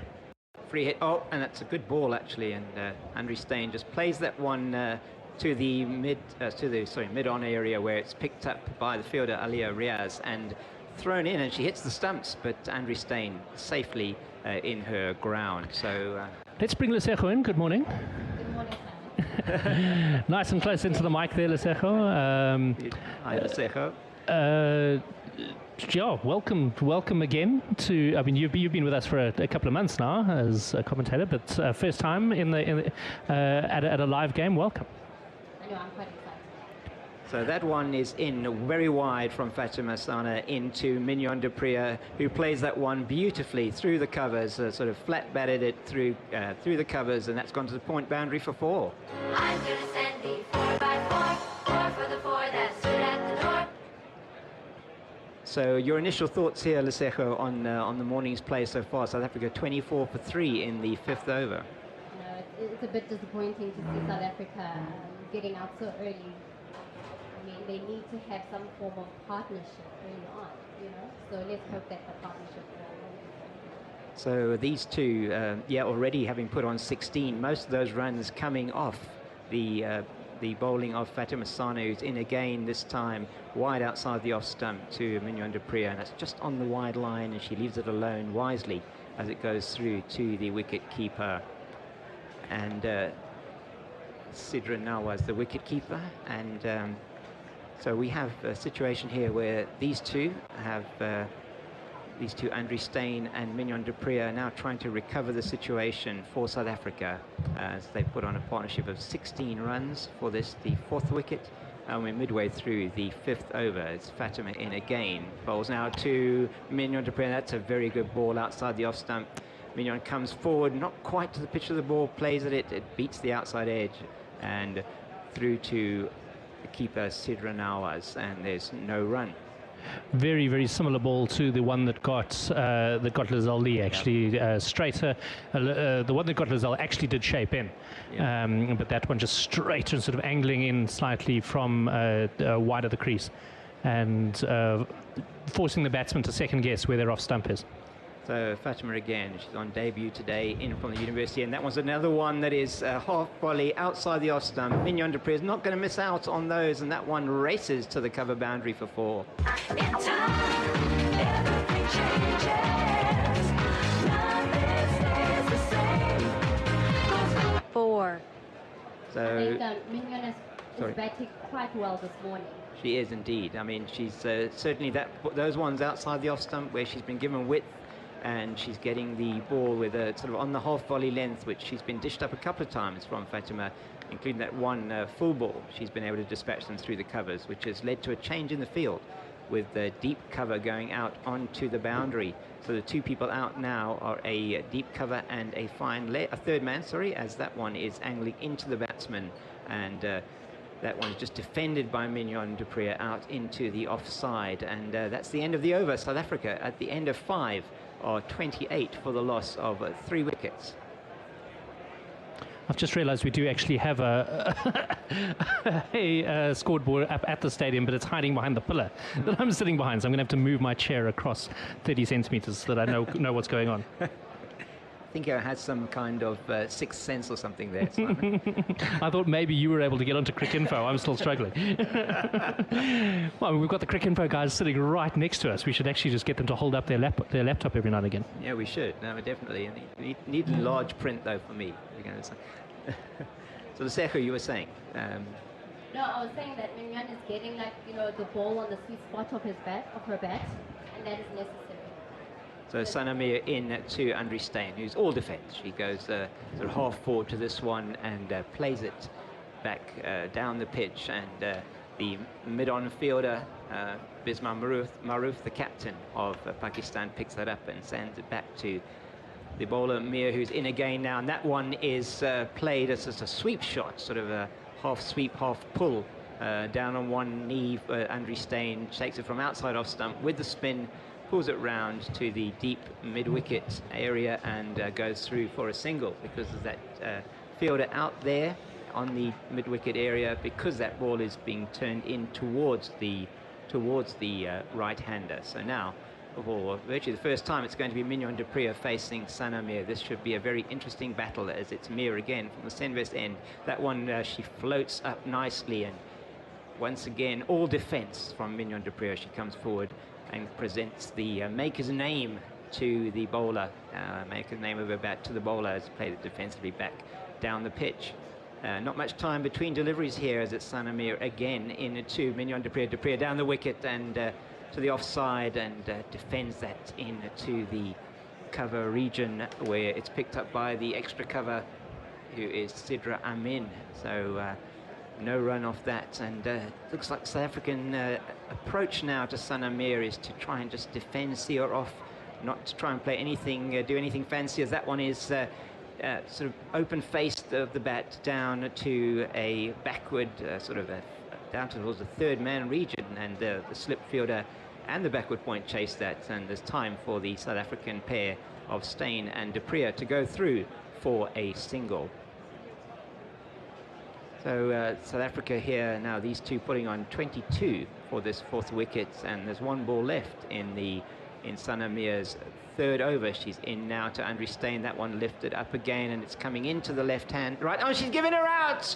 Oh, my word. Andrew Steyn given out LBW. Oh, my immediate thought was that struck outside the line. Word, it was certainly going on to hit the stumps, but Andrew Steyn is devastated. There is no question about that. Immediate reaction from Andrew Steyn was one of huge disappointment and anguish as the umpire's finger was raised. Didn't look out to me from up here, but it's difficult. We're not on the ground level, but a very difficult one for the batsman there. And I'll give you her numbers just in a moment, but that leaves South Africa now really teetering on 30 for 4. Chloe Tryon is the next batter in. She's normally our closing specialist, someone that we like to have in round about the 35th over. But she now has an opportunity to bat long and deep with Mignon du Preez. Absolutely, and Chloe Tryon, as Simon says, one of our very experienced campaigners, debuted 2011-2012 season, 71 matches, 60 innings. So the 72nd match today, over 1,000 runs in ODIs, and with a top score of 92 against Ireland in Dublin in 2016. Average of 23.68 and a very good strike rate, as Simon was alluding to, 97.77, the highest amongst all the South African women that are playing in this match.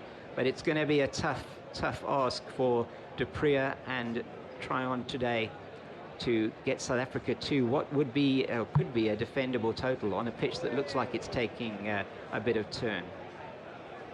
And James, quick one. Did you say that the pitch here at St. Park is favourable to spinners? Well, it's a late season pitch in South Africa, and these pitches would have been played on a lot during the season. It's got a lot drier here now on the high felt this time of the year, so certainly these pitches would be more in favour of the slower bowlers than they are perhaps in favour of the pace bowlers. And we saw that in the men's T20 challenge, where the spinners were certainly well on top and did well compared to the pace bowlers. As we have a change of bowling here, and from the commentary box end, the university end, we have Nashra Sandhu, the slow left arm bowler, who's coming in from this side, and that one to Mignon du Preez is just played comfortably out into the offside for a single. So it's going to be the first ball from Nashra Sandhu. Sandhu coming in from this side, and she bowls now. That one is floated up very nicely, and Chloe Tryon comes forward very well and covers that with her pad from well outside the off stump, and there's nothing to report as it goes through to the wicket keeper Nawaz. It's going to be Sandhu again, and she's in now, left arm around the wicket to the right-handed Chloe Tryon, and that one turning a little bit away from Tryon as she plays it into the covers, but it's fielded by the point fielder. Getting through the overs incredibly quickly here, the Pakistan women, as we have spin now from both ends, and looks a bit like winding herself up with the right arm there. It looks like the bowler, Sandhu, as she's in now, and that one is just very straight, didn't seem to move at all. Tryon goes onto the back foot and plays it out into the covers, where it's fielded by Yaweria Khan at that point area. So not even enough time to give you the field, as it's in again now. We've got to in now again. That one moving away slightly off the pitch from Tryon, and she just plays it out into the offside, where it's picked up by the captain Maruf, who's in quickly from a shortish cover point area. Just a reminder that you are listening to One World Sports Radio, or Guerrilla Cricket SA on One World Sports Radio, and well, this one just cut a late cut through the cover fielders there, and Chloe Tryon goes forward by another 4. Which I will bring you in a moment. Really. Where I was going with that is, please do remember to tweet us in at Guerrilla SA. That's GUERILLA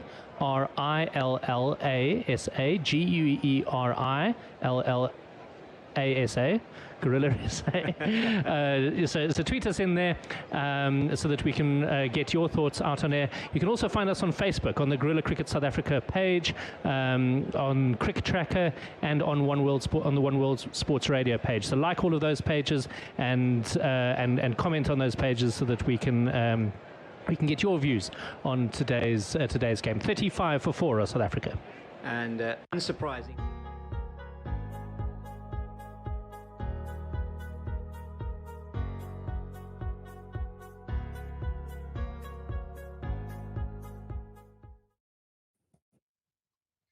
And welcome back to Gorilla Cricket South Africa on One World Sports Radio's coverage of the second test between South Africa and Sri Lanka, the New Year's test, the first day of cricket in South Africa for 2021. The first session was all South Africa, or actually, let me be more specific, all Vian Mulder. He came on and took 3 wickets for 1 run, and Sri Lanka find themselves 84 for 5. And the players are out on the field now. As I introduce Chris Tyndale, we're going to be joined by Ravi shortly. And we're ready to take you through the first hour after lunch. Dasun Shanaka is the batsman joining. That is Nirishan Dikwela. And he's right. We've seen 4 left-handed batsmen in the Sri Lanka side, Chris. Now we're going to get another left-handed batsman, which is going to be very interesting. That's the 5th one. That's Nirishan Dikwela. Yeah, Dikwela left-handed, but Shanaka we do have as a right-handed batsman. So a bit of variation, I guess. Yeah, Vian Mulder will resume this session after he's taken 3 for 1. He's got 4 slips and a leg slip as he bowls to Dikwela. Gets the edge, goes past the fielder at 4th slip, rolling all the way down to the boundary for 4. Score goes up to 89 for 5. And now his figures are a mess. 3 for 1 looked so good. Now letting it slip a bit down to 3 for 5. Time to take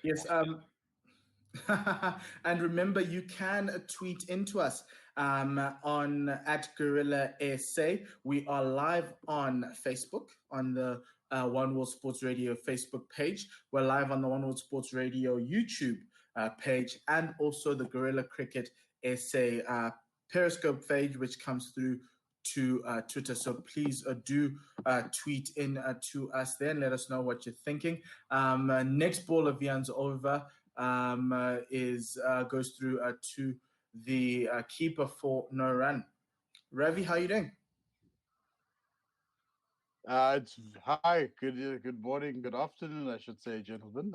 It's extremely hot here in Cape Town. I'm sure Chris can attest. Yeah. Quite true. Yeah. And now I also have to have all my windows closed because I'm on a main road and it'll be too noisy otherwise. So no breeze for me. Next ball from Vian Mulder, just played out by Dikwela back to the bowler. Vian is bowling right arm over the wicket to the left-handed batsman. What do you think of the first session, Ravi? Incredible stuff. At one point I thought, the Sri Lankan openers, I should say, batsmen number 1 and 3 were going to run away with it. And it seemed that our bowlers were quite resilient, especially Vian Mulder. I'm glad to have seen him come on, and he seemed to have paid, his selection seems to pay dividends already. 84 for 5. Yeah, next ball from Vian Mulder and played out to the that is the mid-off boundary for 2 runs. It was picked up by Keshav Maharaj. The score goes up to 91 for 5. That was the 4th ball of the 24th over. Ravi, I think you might be slightly behind us. But do let us know. Yeah, 100%. This is how it is. And we won't be able to sync up. Yeah. It's fine. We'll just carry on. Ravi, if you can, I'd be very grateful if you just watch the tweets for us. Yes. Mulder in a 2. Shanaka, who plays this one outside the off stump with a flick shot to deep mid-wicket. Lutus Apamla chasing that ball and it will result in 2 runs from the Sri Lankans. Dasan Shanaka is an all-rounder, batting all-rounder for the Sri Lankans. After this, you've got Hasaranga coming in, who scored a handy 50 in the second innings. And then it's Vishwa Fernando, Dushmanta Chamera, and Asita Fernando. So South Africa would want to make some early inroads, get themselves batting again, and setting a very strong target. Mulder for his last ball of the over to 3 slips to Shanaka, who lets this one go through to the keeper to end that over. 93 for 5. Mulder started the session 3 for 1. Now he's 3 for 10. Any tweets? Someone I didn't see. Yes, Chris. I was just going to say, as someone who didn't see much of his first spell, has he done anything differently in this over than he was earlier, that he's suddenly been a bit more expensive, or is it just? I think he's slightly a little bit too fuller. In the morning he hit that good length very well, and he hit it on the mark. These past few balls were very full and easy to drive and be punched down the ground by Niroshan Dikwela, who is probably the last of the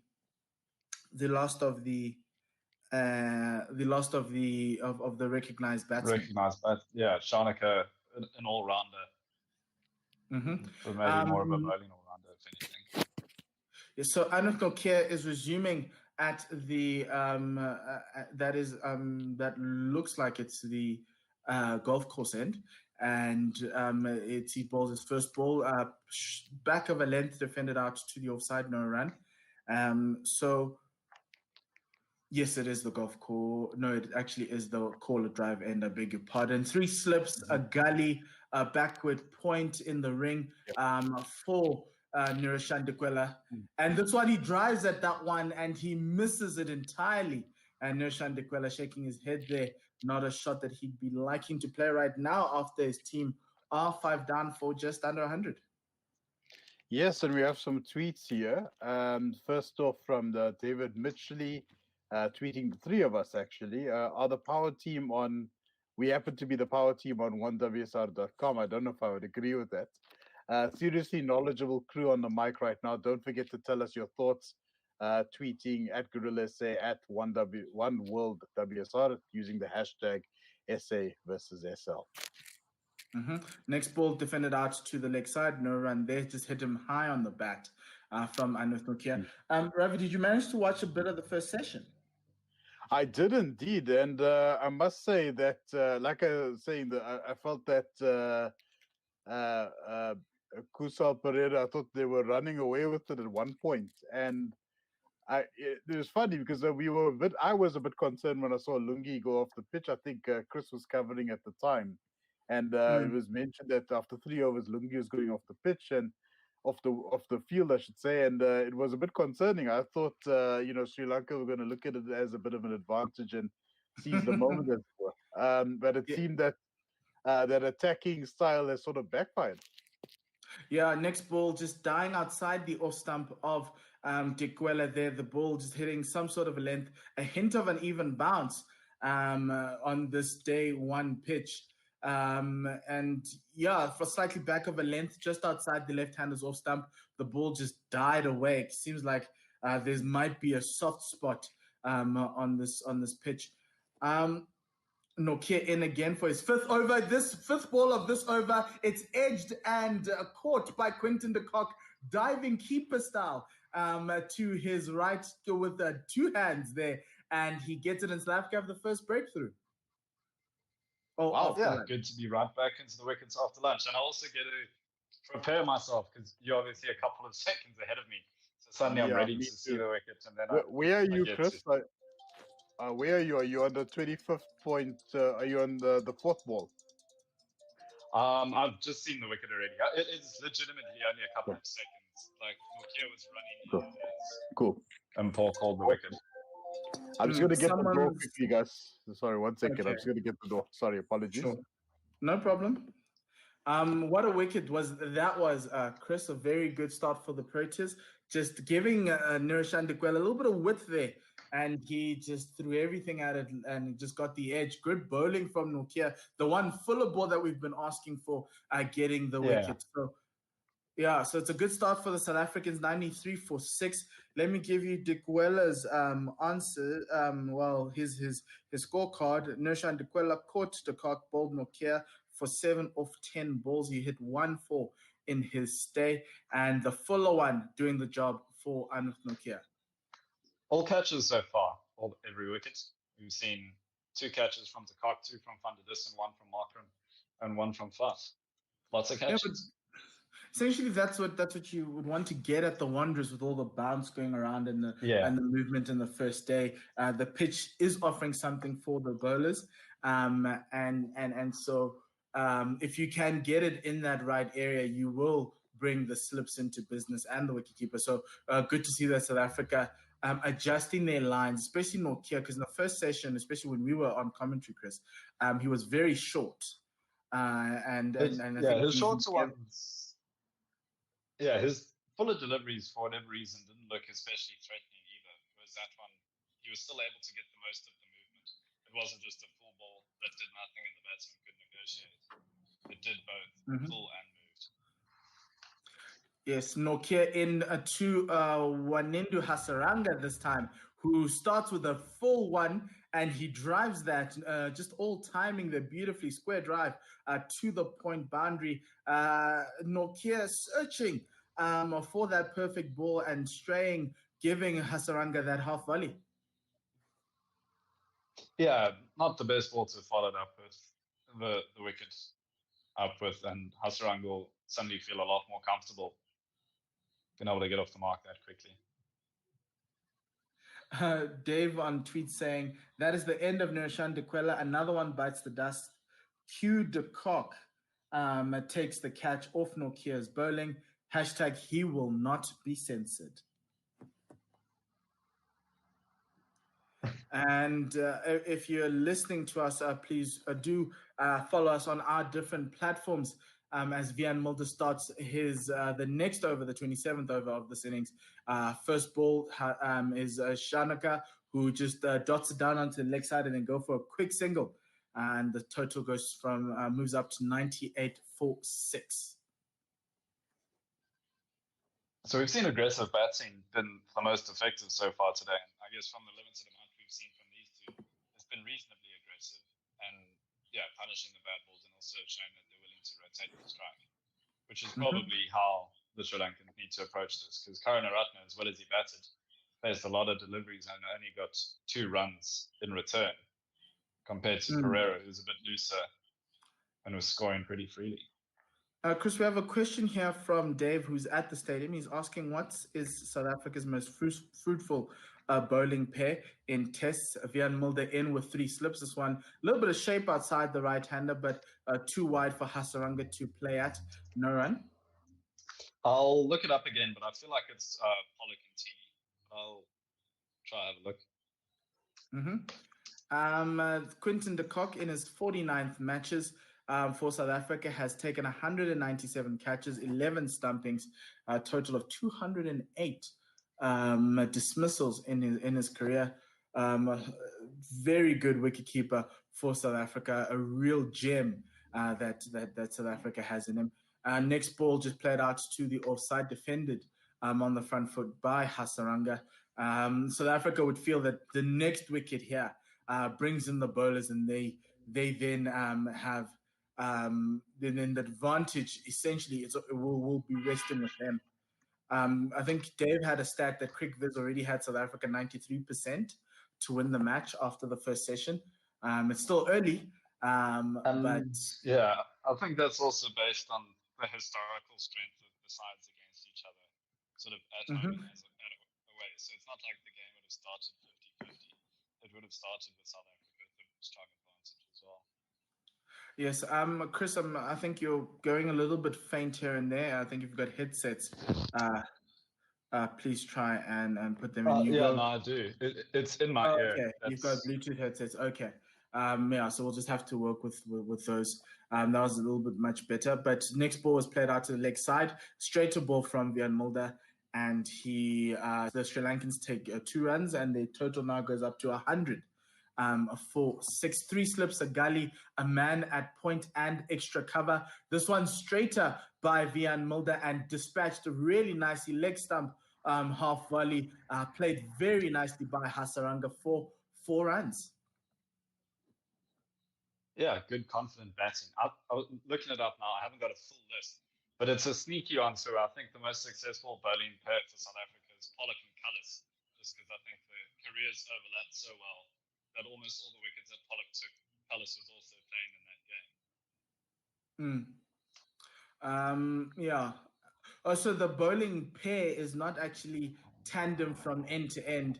It's in the same test. Is it like in the same test? Or, yeah, I don't think that you'd be able to find stats where it's just bowling on opposite ends rather than. And Hasaranga is taking a liking to Vian Mulder. He bowls one slightly wider now, and this one Hasaranga has enough room to free his arms and hit that over the inner ring there. There's a fielder there at backward point.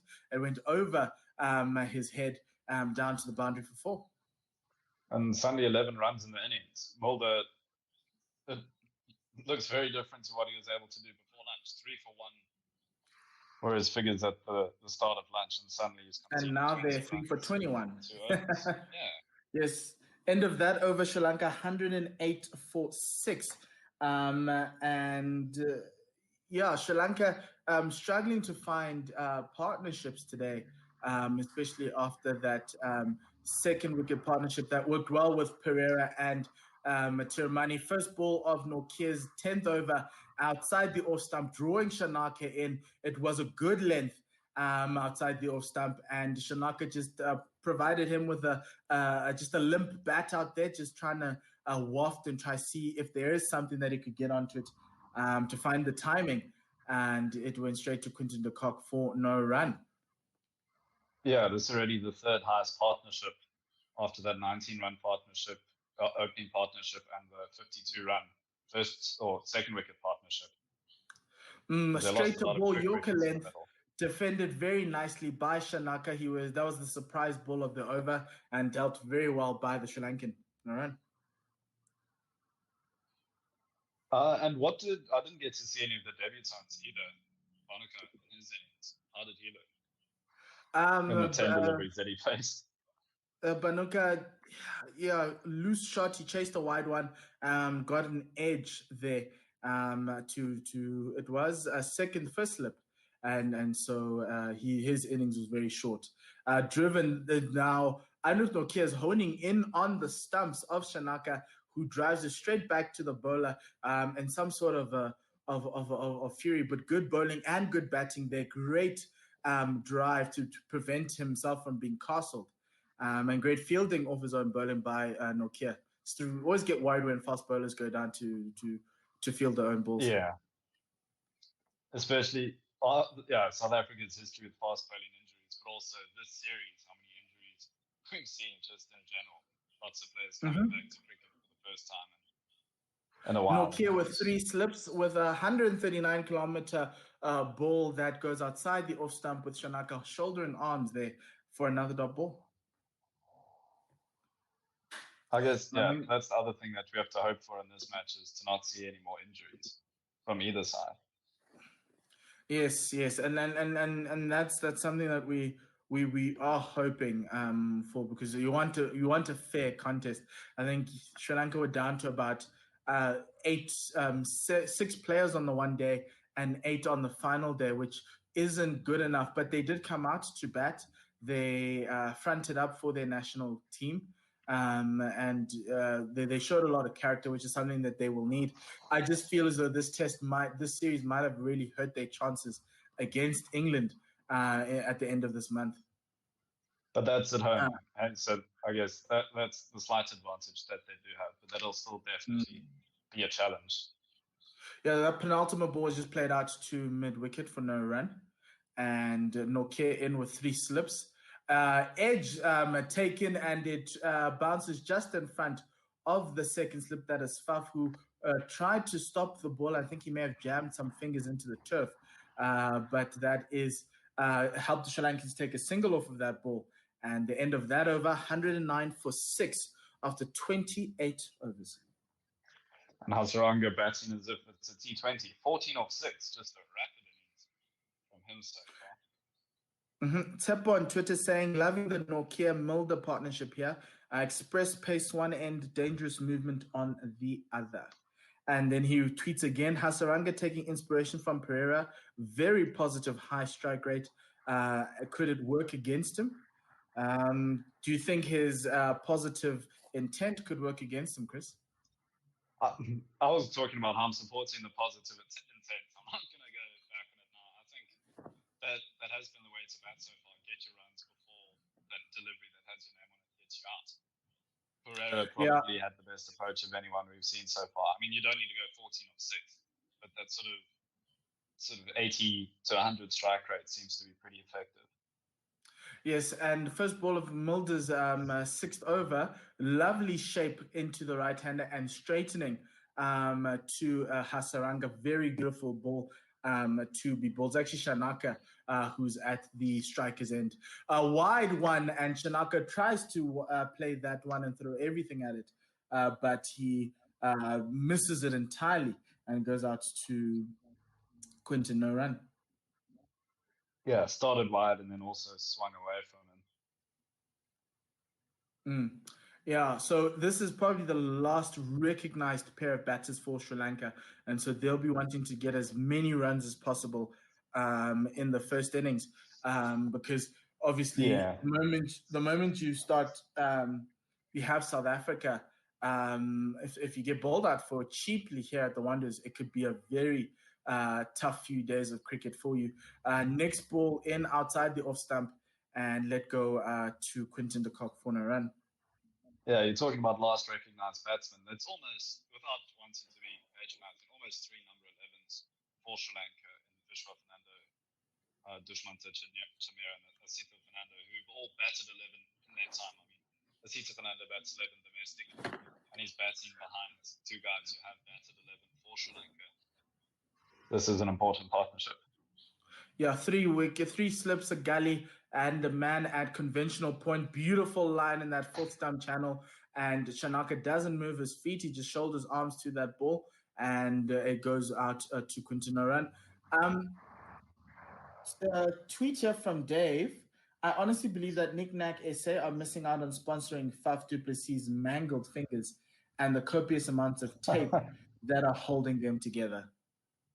But Faf doesn't eat knickknacks. You don't have a body like that eating knickknacks. They'd be wasting their sponsorship on it. Yeah, I think that's the only issue with sponsoring Faf looking the way he does. Next ball slightly wide outside the off stump, no run.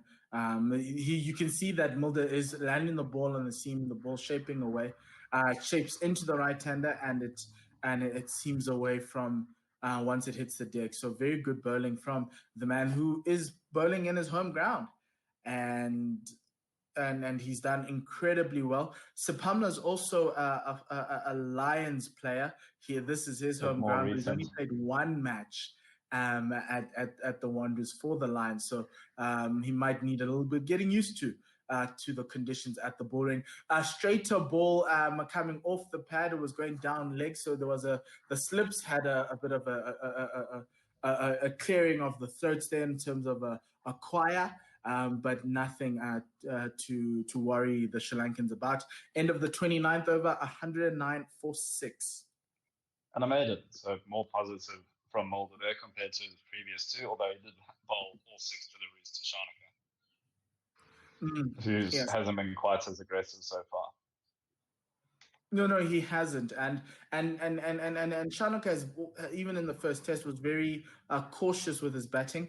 Whereas I think the partner at the other end was always looking for a boundary. That 52 that he played in the second innings, with a little bit of a niggle, was some very good counter punching cricket late on in that test. Even though the match was already done quite early in that day. Nokia resuming the 30th over. There's a ball that jags back into the right-handed Hasaranga off a shortish length, 142 kilometers per hour, no run. I hope think Ravi's all right after letting someone in.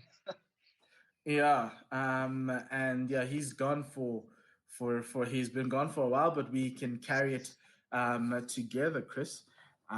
As we do this, Hasaranga on 14 from 7 balls, Shanaka 4 from 15, Nokia 3 for 38, 1 ball into his 11th over, 3 slips, a gully, and the backward point has now gone to the boundary as this ball cuts Hasaranga not necessarily in half, but it jags back into him and hits him high on the pad. No LBW shots there from the South Africans due to height, but some good restrictive bowling from Nokia to try and not give Hasaranga any room, because we've seen what he can do when you give him a little bit of width.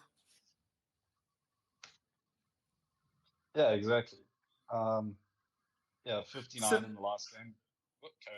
Similar field to Kusal Pereira with that fly backward point there, who's not on the boundary or not in the ring. He's just sitting there in no man's land per se for the cut shot. As the next ball is a fuller one, and Hasaranga just plays that out to the offside for a single. That backward point moving out enables Hasaranga to be able to take that single quite easily. 110 for 6. It's definitely a fielding position that made a lot of sense for Pereira, who was playing a lot of sort of lofted cuts into the offside. And I suppose I think Hasaranga is going to be doing a fair bit of the same. Although it looks like it's still there for Shanaka as well.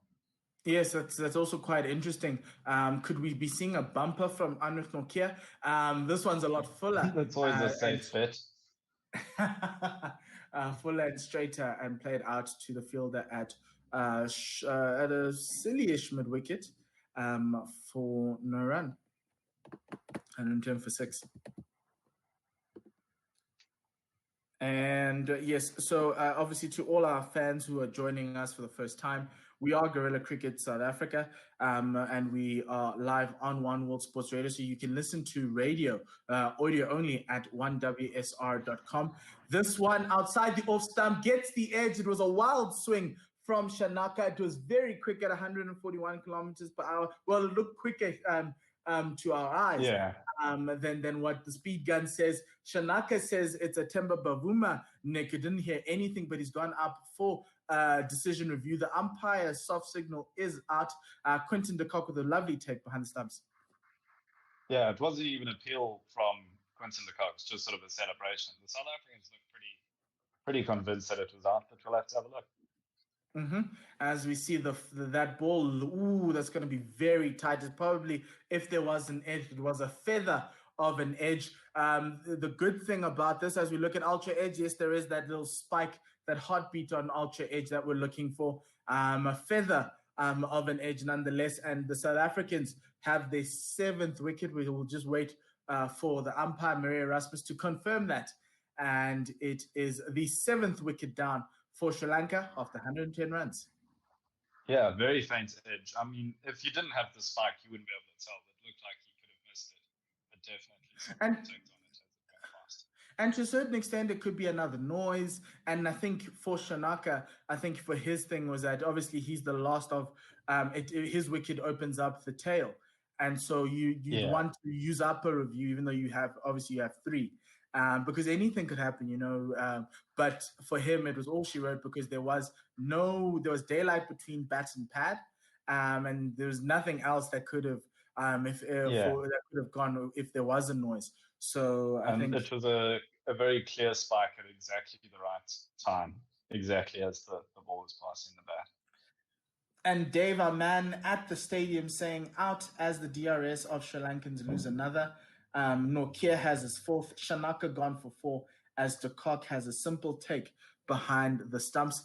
That brings in, we'll just get you who the next batter is. As you said, Chris, they've got 3 number 11. So which one of the number 11s are they going to choose to come out here? And it is Asita Fernando on debut, age 23, having played 37 first-class matches and batted 48 innings. His average is 4.81 and has a best score of 30. I was about to say, because I was looking through some of his old games, and he does bat 11 for his domestic side in the Premier League. first-class competition in Sri Lanka. Mm. Oh, Ravi is back. Ravi, you come back just after the wicket. Oh no, Yeah, sorry. sorry guys.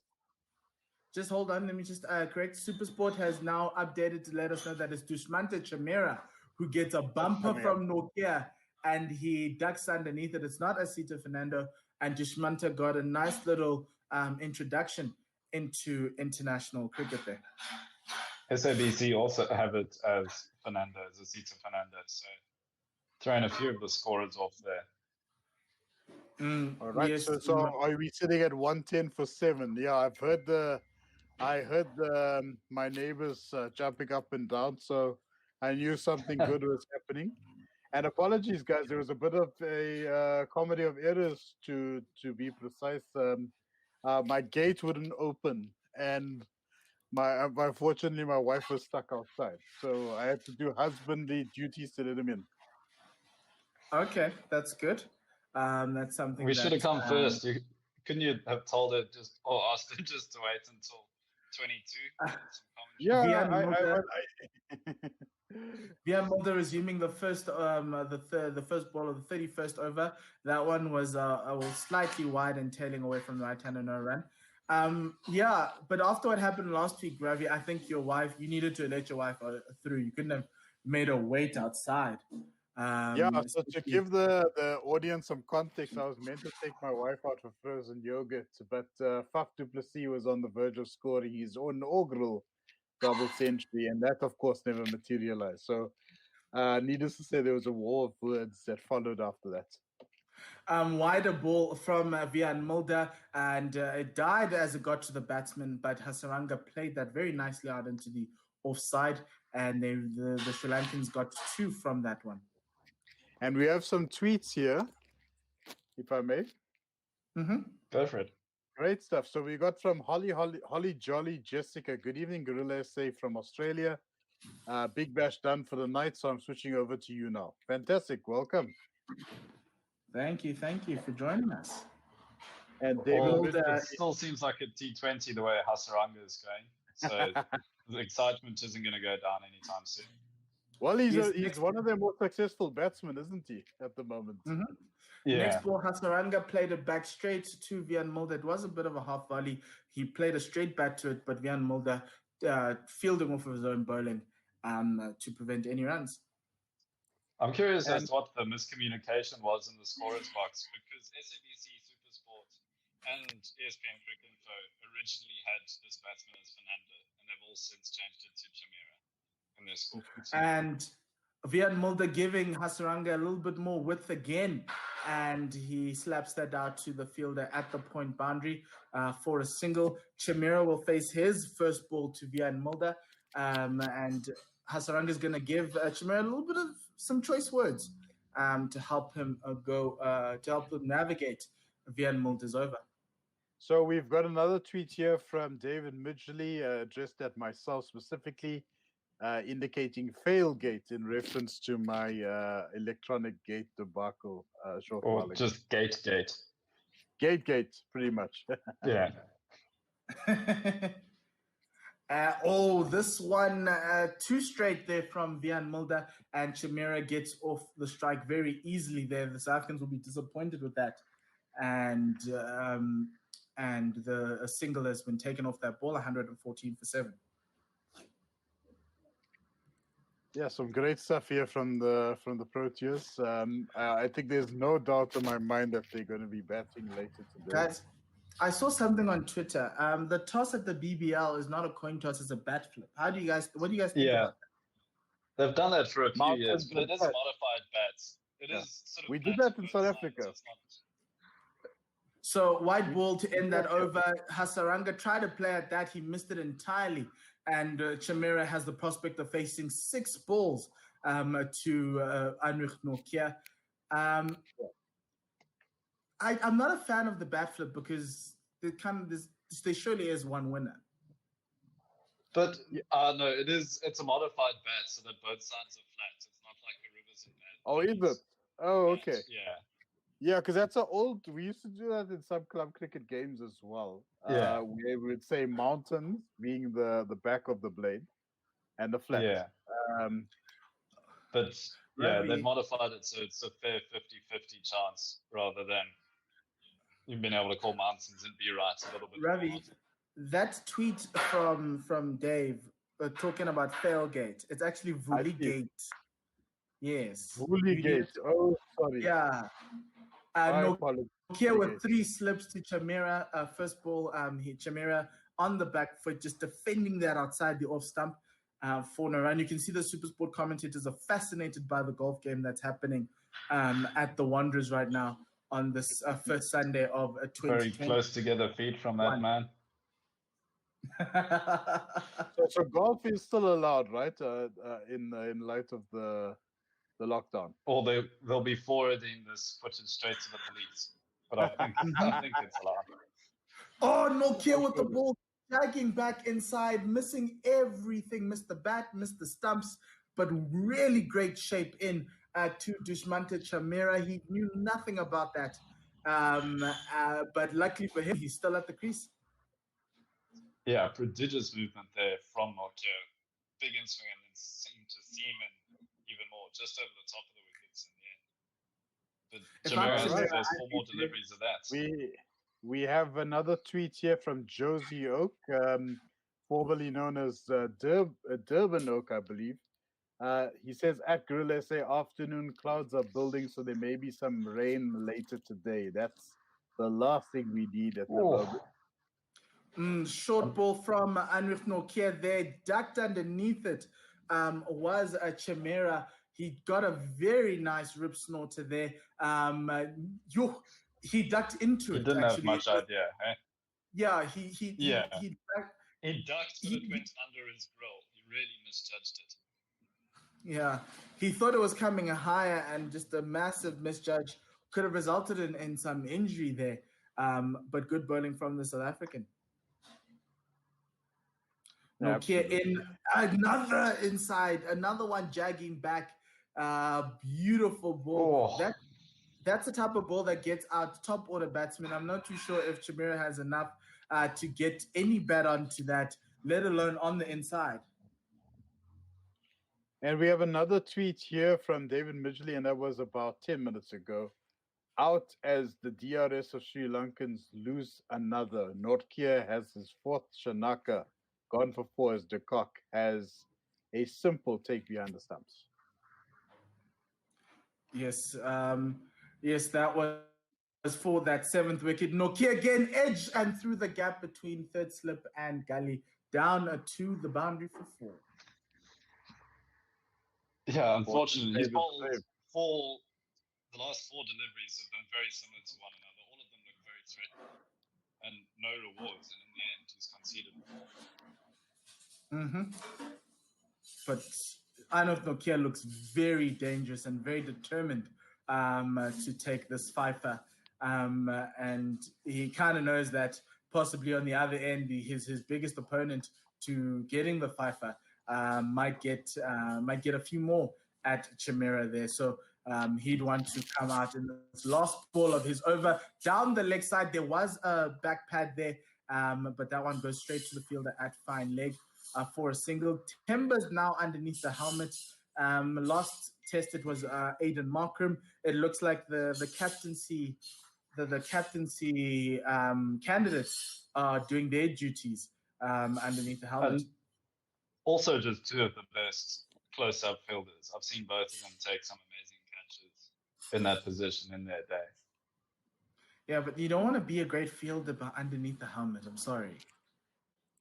Unless you can be good enough that it's one of the things that keeps you in the side when you're not batting well. Add it to your repertoire. We have another tweet here from David Midgley.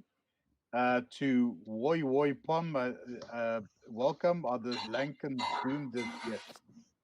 Woi Woi Pom is, of course, Josie Oak. And he says, yeah, welcome. Are the Lankans doomed as yet? Addressing us as well. I think the writing is pretty much on the wall unless South Africa cocks up with the bat. Yeah, you always need to wait for both sides to bat. The same way so many people were saying, Sri Lanka scored 400 against South Africa. How are we going to lose to them again? Lungin You do need a way Gidi for both sides. starting his new spell, and he's got 4 slips, but this time it was too short. Played off the back foot by Chimera. Lovely punch there. Good timing. Past the fielder and extra cover. That was Sapamna down to the boundary for 4.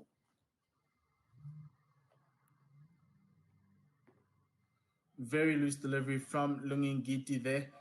And just he's been bowling all sorts today, Paul. I mean, what's your general thoughts on him at the moment? not all sorts. His first 3 overs were impeccable. He didn't go for any runs. Yeah, no, he's brilliant. Then he went off and then came back for the next 4. And then I think he came in obviously at the back end of that Kusal Pereira 50 runs, and so he also wasn't spared the rod as much as you could say. Fair enough. I would agree with you. I think there was a concern that he was also only cranking it up at about 129, 130. Why are South Africans so worried about pace? If he's accurate and he's taking wickets, what's the problem with it's just such a measurable metric that you love to see. They don't tell us very often how much swing or movement there is, but cold hard numbers we love to see.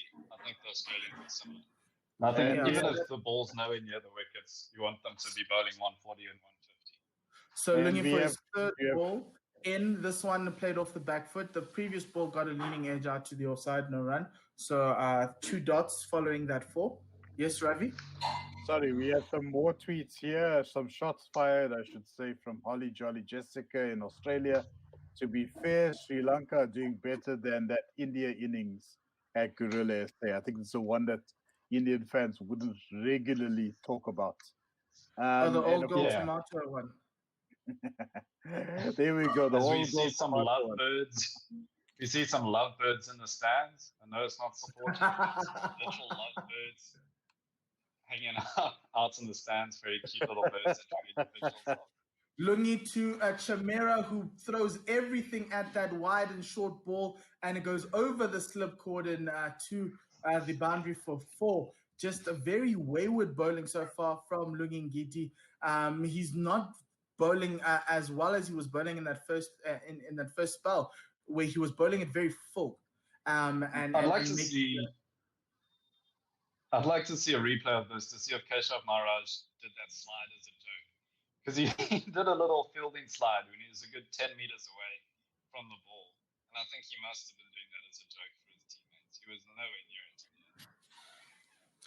No, yes, he was nowhere near that. It was a really well hit ball by Dushmanta Chimera. And Ngidi again with the 4 slips, and this time this ball strays down the leg side, very fine to the boundary. Back-to-back 4s for Dushmanta, who takes his total to 18 of 13 balls. Hasaranga's 18 of 14. They are just making South Africa, the South African bowlers are struggling here to find their lengths, which is really disappointing. Yeah, 21-run partnership now. Do you think it's complacency from the South Africans that suddenly we feel like we're on top of this and we're letting the tailenders get some runs that maybe they shouldn't? Yeah. So and also this obsession that South Africans feel that you need to bounce the tailenders out. Last ball of the over, and we'll have a lovely chat. This one hitting high on the bat, another short ball played out to the bowler, no run. So that's the end of that over, 131 for 7. South Africa have this tendency when tailenders come in, where we all of a sudden want to give them a short ball barrage, rather than keep the same line lengths we bowled to the top order. I don't know why we do that, to be honest with you. What happened to the old-fashioned Yorker straight? Although it works when you bounce them and then they lose half their bowlers for the next innings. So maybe that's the plan. But they're already batting. They already struggled to find. It's like a club cricket game. We're struggling to find a full 11 at one point. Yeah, Mickey Arthur made the joke himself that if they didn't have such a big squad, he'd be batting 3 in the next test and Grant Flower would be batting 4. I think they do better with those 2 there, but that's just me. I was always afraid. I always admired Grant Flower. Nokia in to Hasaranga, who plays this lovely off the back foot. It was a shortish ball, and he got on his toes and played it really lovely out into the offside.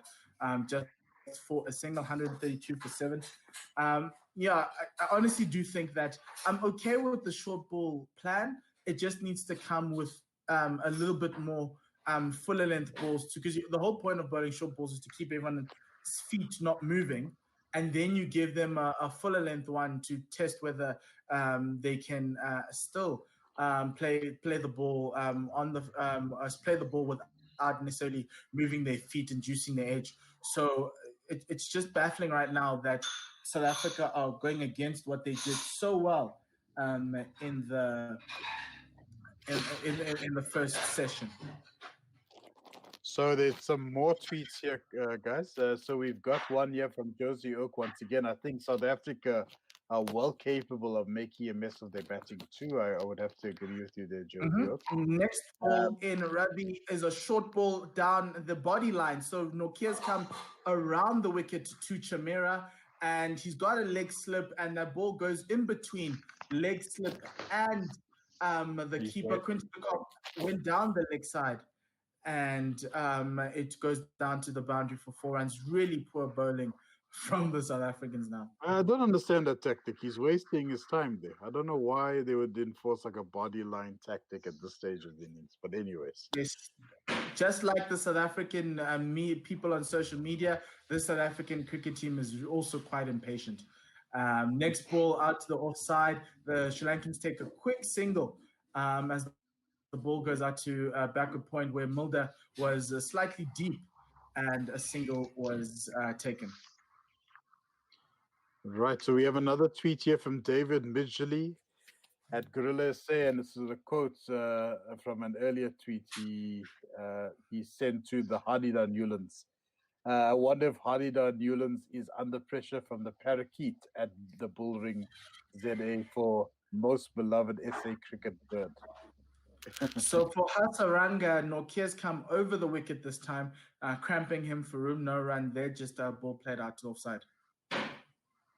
And we have another tweet here from David Midgley. With the lull in play, the media center is abuzz with all the lovebirds around at Bullrings today. We actually bird watching enthusiasts using the hashtag SA versus SR. Interesting one, and this is not directed at Gorilla SA. This is from Desiganar. He reckons Ngidi needs to get its discipline in check. He's been terrible so far. And I think we've addressed a bit of that a short while ago. Yes, we have Nokia in as a fuller one onto middle stump, driven straight down the ground. It was a half volley, and Hasaranga doing all he can to help his team's cause with that ball straight down the ground for 4. Fantastic shot. And it does seem like the South Africans, even if it's not game-changing, are letting it slip. If you think Sri Lanka was 93 for 6, his last 2 partnerships have gone very quickly, and unnecessarily quickly. It does seem like the pressure's been taken off. But this is where captaincy comes in. You need a senior player to call the bowlers in and kind of stop this rot, because there's a lot of complacency creeping in. Last ball of Nokia is over, down the leg side, and it is a quick run taken to mid-on. Ngidi was the fielder there. He took a shot at the stumps, he missed, and it's 142 for 7 at the end of that over. Just very disappointing bowling outside of the 2 wickets that the South Africans have gotten in this session. It's just been pretty poor from them, and you kind of need someone to rein them in and to bring them in, because they had 4 slips. All these bowlers started bowling with 4 slips. Their accuracy dipped, and that 4th slip was taken out as cover to come in on the leg side, which is something you don't want to see. But if your bowlers can't bowl to the plans that you set, it's going to be problematic. You know, what's interesting is that I find that South Africa has been fairly poor bowling at the tail. If I reference the England Test series last year, and we look at the first innings of the Sri Lanka series as well, of the first test, I should say, we've been a little poor bowling at the tail. I think we've conceded 80 to 120 runs in some cases with the last 4 batters. And right now we're on 32.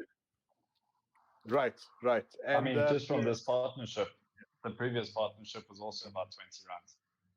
It was 17, so it's around about 50. So my stance is that if Sri Lanka takes it past 200, maybe the 220 mark, that's still a competing total. While it might not obviously be in the 300, which is where you want to be at the Wanderers, or 400 plus, 220 still gives Sri Lanka a bit of a fighting chance. So South Africa, the bowlers need to be very mindful that if the tail wags to that extent, they may be in a spot of bother. Yes, first ball from Ngidi's over was a full one just outside off plate back. The next one, slightly back of a length, Wanindu playing that off his toes and playing it into his pads for a dot ball there. Just a very good. First one was lovely. It was fuller, and this one was slightly shorter. So it's really good to see that Ngidi in his first two balls is a little bit more accurate rather than the wayward over that he bowled previously. So Desigan R, in response to me, because I've indicated that Ngidi bowled 3 maidens in a row, he says that line and length has been off throughout. Now he's just leaking runs. He looks badly out of rhythm. What is your stance on that? Next ball was edged on the bounce to Aiden Markham with a flash outside the off stump from Hasaranga, and it's a dot ball. I think in his first 3 overs, he was bowling really lovely outside the off stump, majority to Karunaratne. We wanted him to make the batsman play a little bit more, but it was also another way to build up the pressure for Karunaratne because he went for 17 balls without necessarily getting a single. And so, look, I think in the second and third spell he has been quite wayward. But it's obviously it's just a session. It's not a full view of how someone has bowled. This next ball outside the off stump, catching the edge and beating the fielder diving inside at gully there for 4 runs. It just pierced that gully fielder, went past that gully fielder, and it raced away for 4. So some really good batting, soft hands from Wanindu there, showing us that he's got a very good set of batting skills. Absolutely, Hasaranga flashing at it. But yeah, let's just see. Maybe he's got another 50 in him. I know there's short ball from Ngidi, and that's the problem about the Wanderers is when the bowlers can get away with these short balls that don't get punished. This one just had extra bounce and went down the leg side and a run, 146 for 7. I know we don't want to go back to old tactics and we want to move forward with South Africa, but maybe we bring back a 1999 ball that hit into the park. Just connect him with the coaching staff for these end of innings spells. Yeah, so that last ball went into Doctor underneath it and he left his bat out in the air. So that's something that he probably need to get work on a little bit more. Another short ball from Ngidi to end out that over. Short balls are the release balls for any bowler here at the Wanderers. If you can get it just above eye line and over, you can come out with a few dots. That's how that over ends, 146 for 7. So has Hasaranga 36 runs now the partnership. I mean, it looks like at the rate that he's going, sitting on 28 at the moment, but hasn't looked. I mean, there was one Nokia over that looked a little bit threatening, but for the most part, he hasn't looked too threatened either. It looks like he's scoring relatively easily. Yeah. So a final 5 minutes of the first hour at the Wanderers after lunch. And then you'll be joined by Simon Gear, and I think I'll be coming off for this session. Sipamla in replacing Nokia into Chimera. This one getting lovely shape away from the right-handed swing, but it's too wide to engage the batsman, and it's just a dot ball. How funny would it be if Hasaranga scores a century? I wouldn't be laughing, I don't think. Not that funny if you're a South African fan, I'm sure. It wouldn't be. I think the team bus would be attacked on its way back to Irene if that happened. Coach Mark will make them walk back to the hotel. I think he'll drive the bus away. Sipamla outside the off stump, 6 stump line, and it's a fuller length ball. Timing is off from Chimera, and he can only get the ball just down to the bowler no run. Yeah, hopefully Sapamla can do what he did in the first match and just wrap up the tail quite expertly, show the more experienced players how it's done. Look, Sipamla hasn't bowled that badly. No. I think it's just, and this is a problem across the entire South African bowling attack. Even the guys who took the wickets, it's just that you keep on giving them 4 balls in every over now, and that's why the numbers look so bad. Outside the off stump, wafted, no foot movement by Chimera, and this one goes to Quinton de Kock, no run. Sipamla would be a little bit disappointed that didn't get the edge there. That's the man we need to target, boys. Chimera is our guy, not Hasaranga. So you just want to leave Hasaranga stranded like he was in the last test? Yeah, the Hasaranga. You do want him to get his 50 now, so that you look like an oracle. Yeah, definitely. They're going to be the new Sachin Tendulkar of Sri Lanka after this. 4 slips, a gully, a backward point fielder at a backward square leg on the boundary, and Sipamla not bowling to his field. It's too wide. It started out wide and shaped away. Luckily, the umpire does not decide to go into scarecrow formation, and so that's another poor ball from the South Africans. Not doing much, just a dot ball outside the off stump, not engaging the batsman, not looking to make the batsman play. It's something that Charles Langeveld needs to work on with this team, and you could say that that needs to improve with this inexperienced bowling attack. The inexperience is showing itself right now in massive amounts. Sipamla in again outside the off stump. This one drawing the batsman towards the ball and almost squaring him up. No edge there. It's still too wide for Chimera, and one more ball left in the 36th over. So yeah, I guess the issue is also. Sorry, go ahead. Oh? I was just going to say, I guess the issue is also that the senior attack is inexperienced across the board. It's not like there's some youngsters and some experienced players that can take them under their arm when the bowling does go a bit wayward and sort of get them back. It's all 4 of them are quite new to the side. There is no senior bowler really.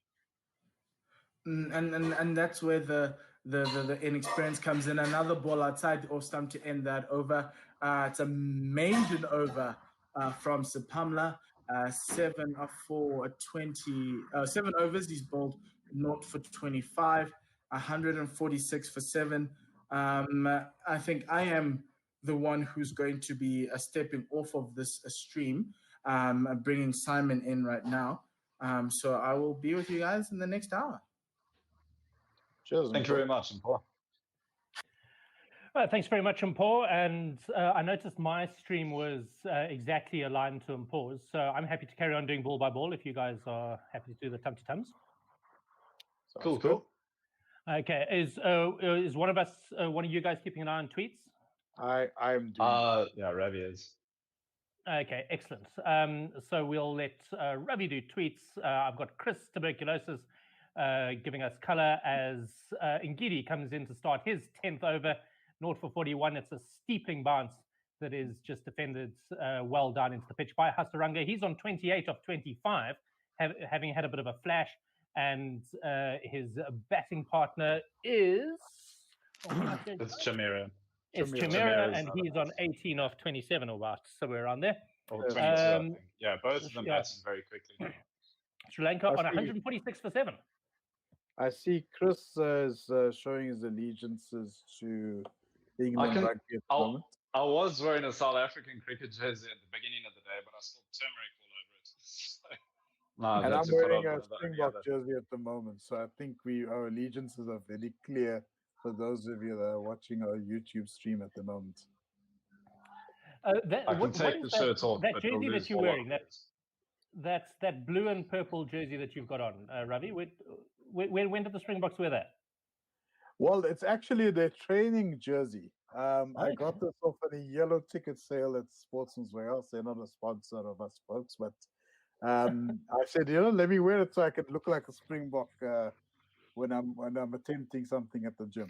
Okay, Yeah, you're excellent. supposed to sure pretend many that you're people part of mistake the you. practice squad. You're not supposed to tell us about the sale. You're just A full Your ball, backup. and there's a bit of an appeal by Lungi and Gidi. It was always going down leg, I think. And umpire Adrian Holstock just shakes his head and says, not out. And It was no an one's going to amusingly bother late, taking it. late appeal from Ngidi. It almost looked like an afterthought, but then he seemed quite sure in the afterthought. Yeah, he definitely. It looked good, but was definitely. I mean, everyone knew it wasn't out. I'm sure. Yeah. But yeah, I mean, you need to act a lot better than that if you're going to get the umpire to even think about the appeal, I think. So, Simon, being an umpire yourself, have you ever had a bowler come to your face and give a bit of an exaggerated appeal or two? I've never had unpleasantness from the fielding side. I gave a guy out caught down the leg side the last game that I umpired before lockdown, and to be honest, I got it wrong, and he was properly furious, and I got an earful from him as the batsman. But it's bothered me all through lockdown because I haven't had a chance to umpire again and sort of put that moment right. Right. Actually, I lie. I've stood for a couple of internal women's games. The Gauteng squad needed umpires back in November, so I stood for a couple of those, and those are great fun. Ngidi in again, and just carbon copy of the balls he's been bowling, short of a length, defended off the back foot by Chamira, and no runs. Sri Lanka 147 for 7. And Simon, as our umpiring expert, how tall is Adrian Holstock? Looks pretty tall. I've never met Adrian Holstock. I mean, he's mentioned all the time in the meetings I go to because he and I are from the same union.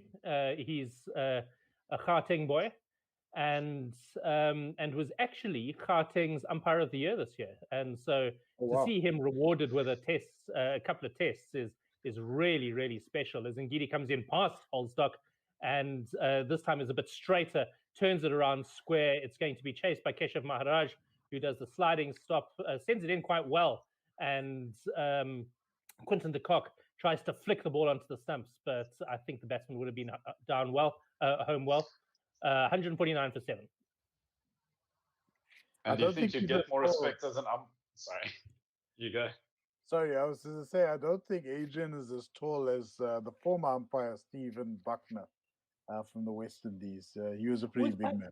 Was Buckner tall? I remember him not being short, but I mean, was he tall in the sort of fast bowler sense, or was he just tall for an He umpire? was as tall as the West Indian bowlers, so I think that was a good indication right there. Where were you going, Chris, with your question? Oh, but we're at drinks, by the way. Yeah.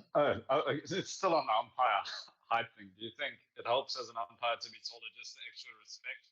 Or that if you're 6'5" umpire, batsmen are probably slightly less likely to give you a little bit of attitude. I mean, it sounds ridiculous, but one of the ways that umpires are judged, certainly within the South African context, is what they call you've got to have the whole package, and so they're very, very clear on the fact that you're expected to look fit, not obviously professional sportsman fit, but you're expected to look, at least, trim and healthy. You're expected to be clean shaven.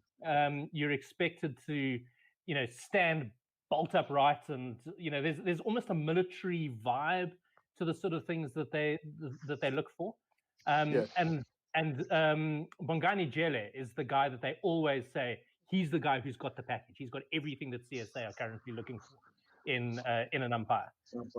And so I'm absolutely sure we will see him progress further up the ranks. It'll be interesting to see. I'm not 100% sure how it works getting onto the ICC panel.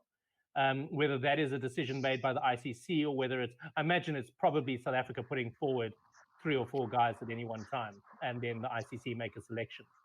But so there's no room for David Shepherd like umpires anymore.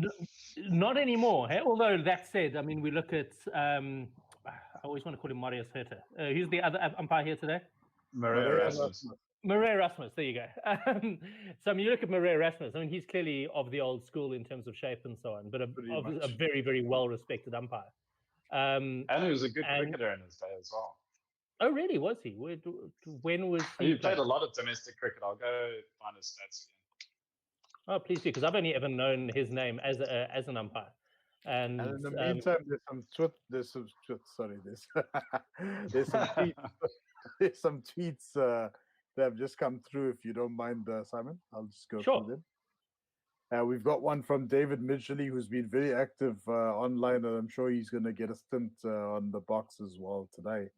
One of my favorite stats about England rugby is their 15-6 defeat at the Rugby World Cup in 2007 and 30-12 defeat at the Rugby World Cup in 2019 by the Springboks. I don't need to make it clear that I don't actually support England. I just have the jersey. You just have the jersey, yeah. There's nothing wrong with having this jersey. And we've got some more tweets that have just come through. David Midgley. And looks like we've got a wicket. Luto Sapamla's into the wickets there. First ball back after the drinks break. He gets outside edge of Hasaranga. And Murray Erasmus' fingers gone up. I honestly thought we were still watching the highlights. They've been showing all the highlights of the wickets. But it's been immediately reviewed, it is so we'll have a live. look at this. Yeah, because Sapamla hasn't taken any wickets so far, so it would be so lands on the seam, nibbles away. It certainly looked like he got a touch there, didn't it? And straight through to Quinton de Kock, a very, very bog standard regulation. There is a ultra edge spike on the outside edge of the bat, and that will be the end, I think, of is it De Silva who's Hasaranga? It's Hasaranga. Yeah, who is De Silva? The same guy. Yeah, Hasaranga. Sorry, that is the end of Hasaranga. Mindu Hasaranga, to be precise. Have you got the numbers there off Cricinfo, Chris, or shall I give them? Yeah, I can do that. So I haven't got his out yet, but before he went, so it's 29 runs of 27 deliveries, a rapid and aggressive innings from him, which also included 5 boundaries, all of them 4s. Yeah, he carried on sort of the way Pereira left off earlier, that aggressive innings that kept the scorecard ticking, which seems to be the way to go so far in this game. The only people who have scored runs are the people who've scored runs quickly. Yeah, so in a good start after the break, and I'm pleased that Sapamla has got himself into the wickets. He's now 1 for 25. He does look like a guy who takes a little bit of a while to get going in the morning, doesn't he? Or at least on the first day of a test match. Yeah, that's what we've witnessed so far. Yeah. So one of the heroes of the previous series against Sri Lanka, Vishwa Fernando, comes to the crease now. Bowled incredibly well. When was it? Nearly 24 months ago, eh? That's right.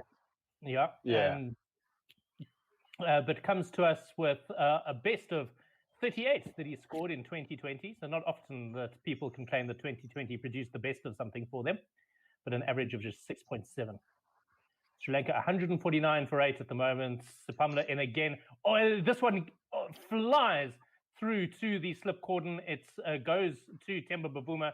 He prodded out at it a little bit, and Bavuma reacting like he dropped it. It flew very, very quickly. I thought that had dropped short of him, but Bavuma does look. No, it went straight in. Yeah. What was happening is that he thought it was going to drop short, and he started his weight coming forward. And when you do that, your hands are quite hard, and as a result, they hit the heels of his hands and popped straight back out again. He just misjudged that completely. You know, if he had just held his, he's normally absolutely one of the safest pairs of hands you'll see. We don't often see him in the cordon though, and that cordon looks close. That's true. 1, 2, 3, 4, 5. What's that? 6 slips? There were 6 slips. Yeah, 6 slips in place at the moment. I saw a tweet from March earlier, and they were saying that Dean Elgar is terrible in the slip cordon. I don't know how true that is. No, that's not true. Maybe it's just compared to the rest of them. because we've got some good slip fielders. Yeah. I mean, Faf's probably the best in the world. Aidan Markham's good there. Russie's good. Yeah. And look, there's no such thing as an easy slip catch. I watched Taylor drop what should have been an absolute sitter this morning for New Zealand. Oh, it looked like Temba dropped it, eh? Yeah, no, he did drop it. He dropped it. Yeah, Sorry, no, it was I definitely delayed dropped, from yeah. my side. So Pamela in again for the fourth ball of his over. He's 1 for 25, and again forcing the play off Fernando. I mean, Fernando didn't actually need to play that. He could have just tucked his bat inside the line, but he's being drawn into the shots. What's the old saying, gentlemen? Catches win. Matches. Always. There we go. There we Yeah. go. That's Dave Midgley's told us that Steve Buckner was 6'3", which is still pretty tall. quite That's tall. still pretty tall. I mean, But I'd say Edwin Holstock looks certainly about the Ambrose same will. height. Well, Ambrose will overshadow 6'3" any day of the week. I think he was sitting just under 7 feet himself. Yeah, no, he was an insanely tall man. All legs and arms as well. So Pamela full, and he nearly got an edge to De Kock there, just flashing at it outside the off stump. Goes through to the keeper, no run. Sri Lanka 149 for 8. And then, Muhammad Afan was 7'1", which is just otherworldly tall. That's taller than anyone you see in real life. Yeah, that's pretty big. I think Joel Garner was about that height, isn't it? I don't think he was 7 foot. I mean, Muhammad Afan was by far the tallest international cricketer. But there's supposed to be a 7'6", 18-year-old playing. He's got a contract with one of the Pakistan domestic sides.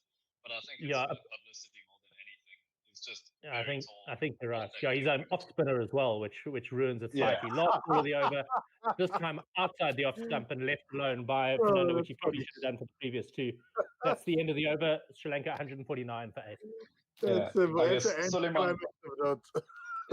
Suleiman Ben school of spin bowling then. Just very tall, but for nothing.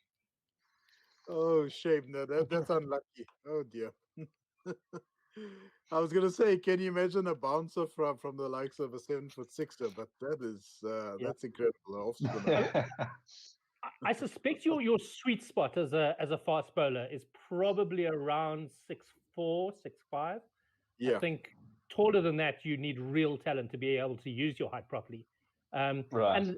And the very, very best fast bowlers in the world, I mean, guys like Dale Steyn it's about 5'10". Are tall in the general population sense, but not tall amongst their brethren.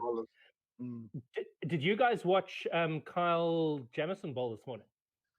I saw that he picked up 5 there. Yeah, absolutely unplayable to the left-hander. Hell, he bowled well. It's right in the slot, and Chamira swings through it. It loops up, actually more like a 9-iron than anything else, and pitches about 2/3 of the way to the boundary. So Pamela not able to get back and collect it, and they go through for 2. That brings up the 150 for Sri Lanka, 151 for 8.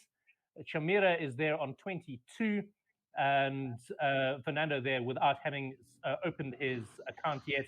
The bowler is not here. He's on 4 for 52 at the moment. He's been quite expensive, going for 4 runs and over. Jingle. Yeah, we should almost. we will figure out a way to get the jingles back here eventually. Awesome. Nordkeer turning at the top of his run-up and through right arm around and into the ribs of Chamira, where he fends it towards a diving Temba Bavuma under the lid, but it pitches well before Bavuma, so certainly the ball following Temba at the moment. We have some more tweets. Go ahead. David Midgley, 6 slips and still a drop catch. No worries of catching COVID-19 there. Ooh. Yeah, you see the problem once you've got 6 slips, you've got at least 2 guys who never ever field in the slips there, don't you? Yeah, that's right. But Temba Bavuma is one of the most reliable fielders. I would have always backed him to take a catch. A shorter ball, and he has a swipe at it. It takes the top edge, just loops through to Quinton de Kock. I said earlier that there's no easy catches behind the wicket, but honestly, that's probably about as easy as it's going to ever get. He takes it with fingers pointing up above his shoulders in the gloves. That is the end of Chamira for 22, and that is 5 for Anrich Nortje. 5 for 52. Well bowled, Anrich. Well bowled. Yeah, he really has bent his back today, and he looked particularly dangerous against the left-handers. Colleagues, when is the last time we've seen a fifer from a South African bowler? From any bowler, I'll have a look. I mean, Nortje, yeah, I'll get the full list. Yeah, so Chris is on it. We have another tweet here from David Midgley. Sipamla is finally among the wickets, even with the second use of DRS. Caught the cock, bowled Sipamla. Hasaranga gone for 29. That's, of course, a little bit outdated. And we've also got one from Impo, quoting Andrew Sampson, I believe a friend of Simon's as well. K. Pereira out for 60 today at 71 for 1. The lowest team total that a batsman who has made 60 plus has been dismissed in Test cricket. Previous figure was 74 by Johnny Tedsley, 62 versus England versus Australia in Melbourne in 1904. So what the stat was, the lowest score the team at had which something someone in the scored a 70s. 60. It's the lowest score at which a batsman's been dismissed for 60. Lowest overall score, because the whole team. Oh, I see what you mean. Yeah, That's okay. Overall score. That's right. When he got 60. Okay, sorry, it took me a while there. We have another debutant to the crease, Asita Fernando, a rather hirsute-looking 23-year-old, and we're going to persist with the right arm around the wicket, but he gets his line all wrong, and it's well down the leg side. Would have been called a wide in most club cricket, but Adrian Holstock is following Test match rules here. But there are two leg fielders, one Temba Bavuma under the helmet, and then there's a short mid wicket as well. So they're acting like they know something about Asita Fernando that maybe even Asita doesn't know. I see there's a leg gully as well, or a leg slip for Fernando. So I wonder where they've seen footage of this guy play before.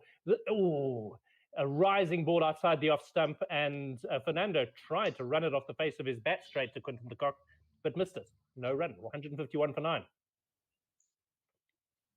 So Anrik Nortje was also the last bowler to take a 5 when he took 5 for 110 against England at the Wanderers.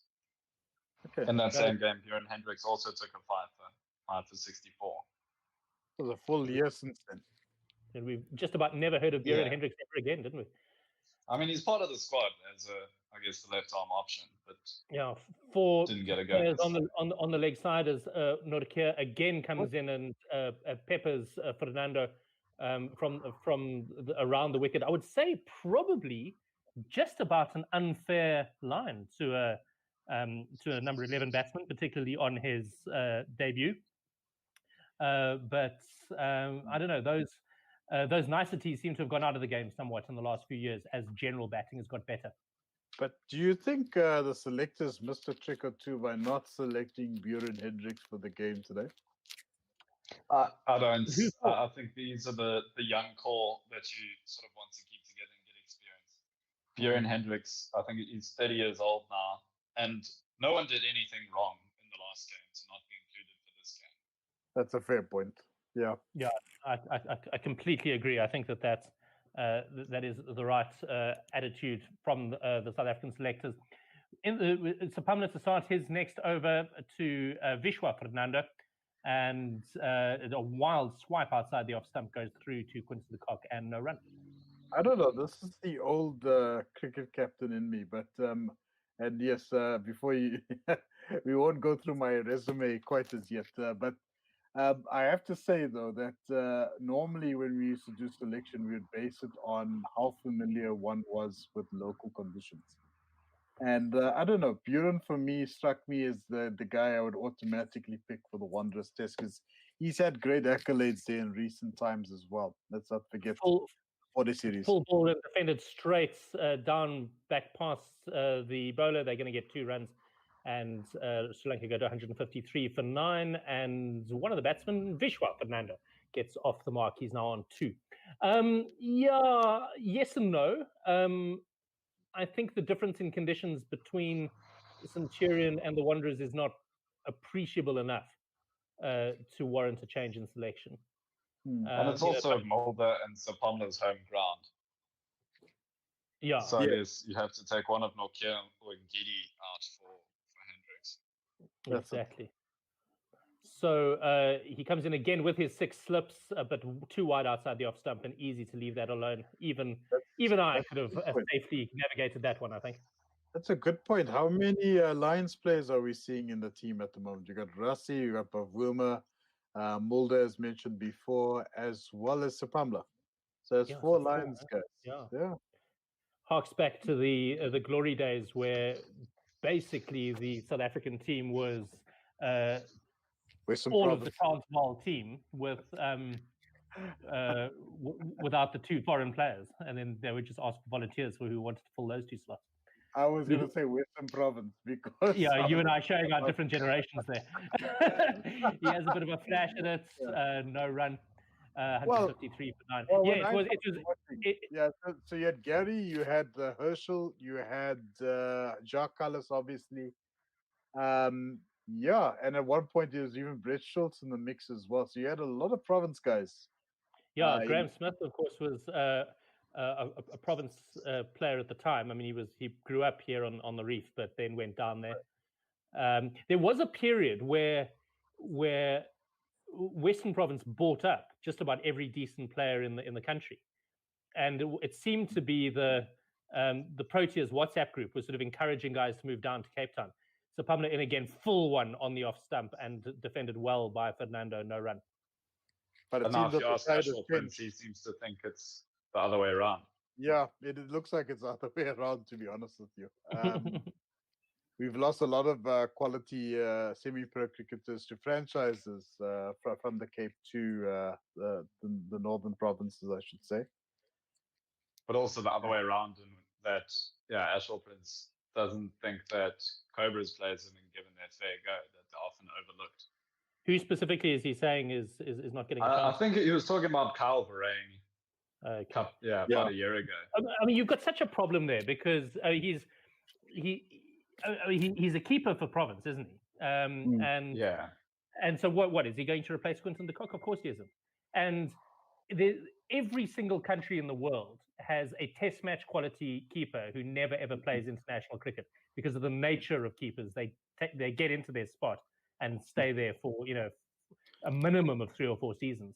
And so it's a very very thankless position to have. I will take the role of devil's advocate, and I know this was discussed before, but Quinny having the captaincy, taking the gloves on top of that, as well as coming in quite high up the order now, it can be quite overwhelming. My stance is that I would have preferred de Kock to be out there in the infield to at least engage with everyone, because it seems he's only talking to the slip coordinator at this point in time. The batsman just steps away, Fernando, and gives himself plenty of room. Well, it was a classic number 11 shot. Stepped away, slashed hard, and it flew high over the slip cordon, a couple of bounces, and away to 4. An absolute textbook number 11 boundary. I'm not convinced by having. I don't think de Kock is a good enough captain to warrant taking the gloves away from him. And from what we've heard, the captaincy short term as well. He's only he's sort of interim captain. Which got me thinking: who would you give the captaincy to after de Kock? Similar sort of a ball, a similar attempt at a shot, but this time he misses it, goes through to the keeper, no run, 157 for 9. I think the common thought there. I was just going to say, I think the common thought there is it's sort of who's able to cement themselves in the side permanently between Bavuma and Markram. If either of them show that they are going to be in the side for the next couple of years, they're probably going to be the next captain. Yeah, I think you're probably right. There was a small part of me that was wondering about it this morning and wondering whether Vian Mulder wouldn't be a possibility. I guess he'd have to prove himself as well. As a full ball in the youngster. block hole, and that goes straight through Anita Fernando. Bowls him middle stump. I think possibly even breaks that stump. It's the expensive one with all of the wires coming out of it. And that is the end of the Sri Lankan innings. And Heinrich Nortje gets, I'm sure, his first ever sixfer for South Africa. Sri Lanka all out for 157. Right at the end there, Themba Bavuma going and taking his stance in front of the shattered stumps, doing a little bit of mental preparation, which I'm sure must be incredibly bad luck to take your stance in front of broken stumps. But let's hope that that's not a foreboding of things to come. Would one of you guys like to just take us through the scorecard and let us know your thoughts? Yeah, I can do that. I was also just going to ask if you can guess the last South African to take 6 wickets in an innings. I think it's now a dirty word. So what's that about it being a dirty word? So it's not going to be KG Rabada. No. There's Dwan Olivier against Pakistan in 2018. Oh my goodness! Of course, yes, yeah. In that amazing, just a shot of Vean Mulder as he walked off there, limping quite badly, and I'm worried that maybe he hasn't got that niggle in his ankle, not more than we realize. It's a really hopefully our top order gives him a chance to rest and just bats out the rest of the day. Yeah. I think we're going to Vean Mulder is going to be one of those guys who is going to be on again, off again for a few years, and then eventually have to call it quits because of injuries. It's really 22. Surely we've got time too. We've got time. But he's been almost perpetually injured as long as he's been playing professional cricket. Now, there's clearly some issues there. There's no question about that. That would probably need to be assessed more formally.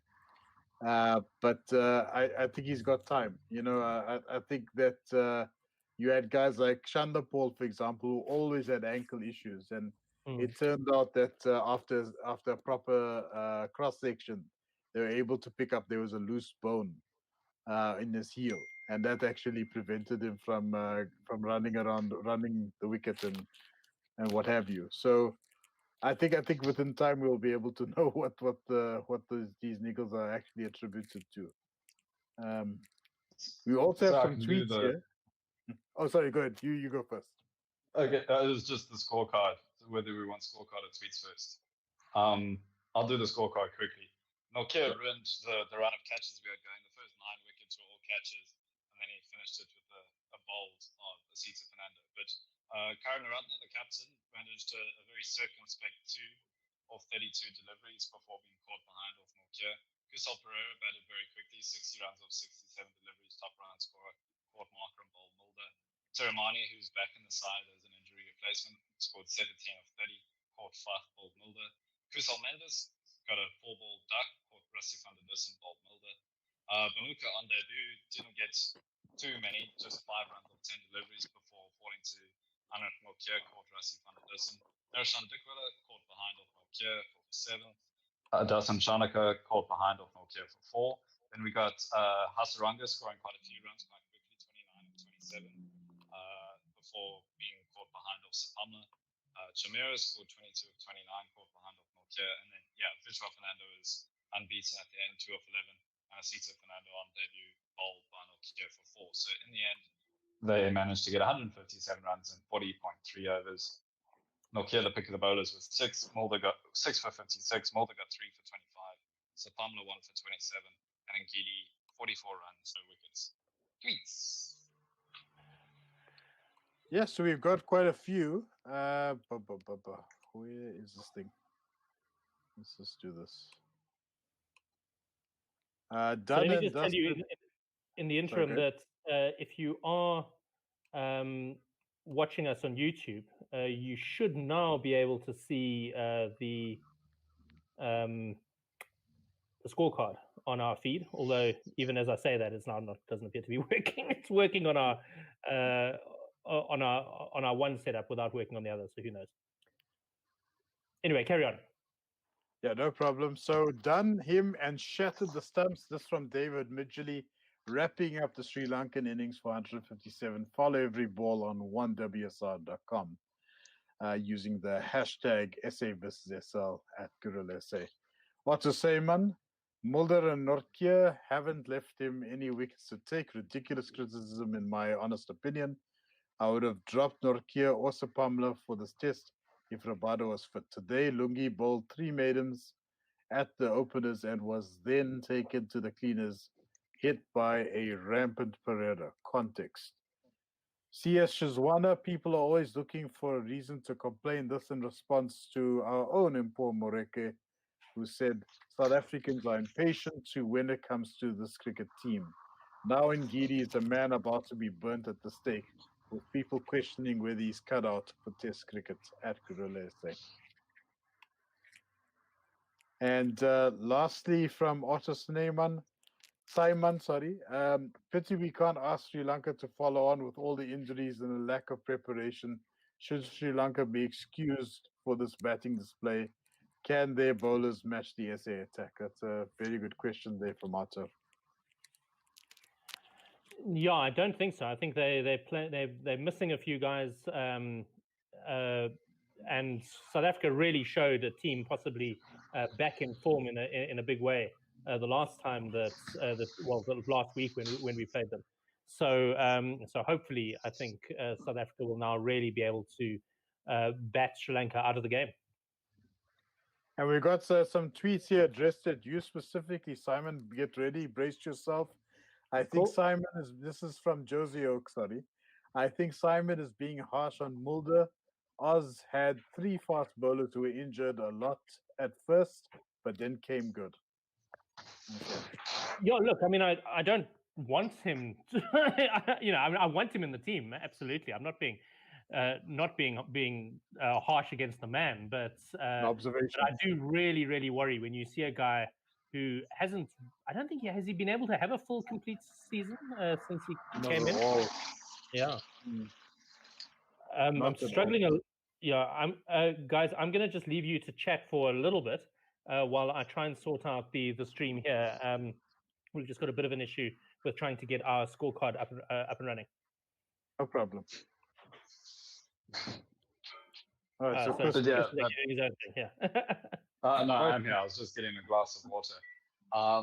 The point that lots of players have faced injuries at the beginning of their careers. If we think Pat Cummins made his debut and then didn't play another game for Australia for about 5 years, and now he's probably the best bowler in the world, at least top 3 across formats, without real injury worries. Yeah, Mulder's only 22 years old. Lots of time for him to figure out his body and what works for it. Yeah, absolutely. But look, I mean, hopefully it's not as bad as we think it may be, because even if it is an injury, we only got Pakistan, I think, at the end of January. So we still got a little bit of time until Cricket South Africa figures out selection for that specific series. So, Chris, I mean, while you and I are on the line, we could talk about a couple of things such as pizza and cricket. Maybe right.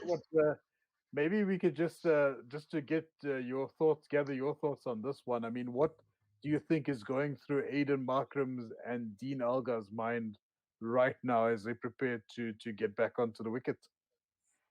I think both of them obviously played well in the last game, but maybe lost their head slightly and fell before the milestones that they were looking for. So I guess that once they get starts, the main focus will be not throwing it away in a similar way as last game.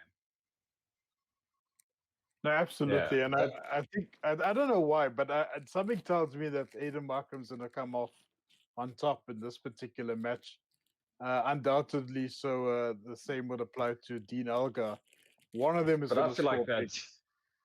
I feel like that at the beginning of almost every South African innings. It seems to have no bearing on how they actually bat. Yeah, absolutely. Even though they've got a bit of a patchy record together, they are still a strong opening partnership that seems to fill me with confidence.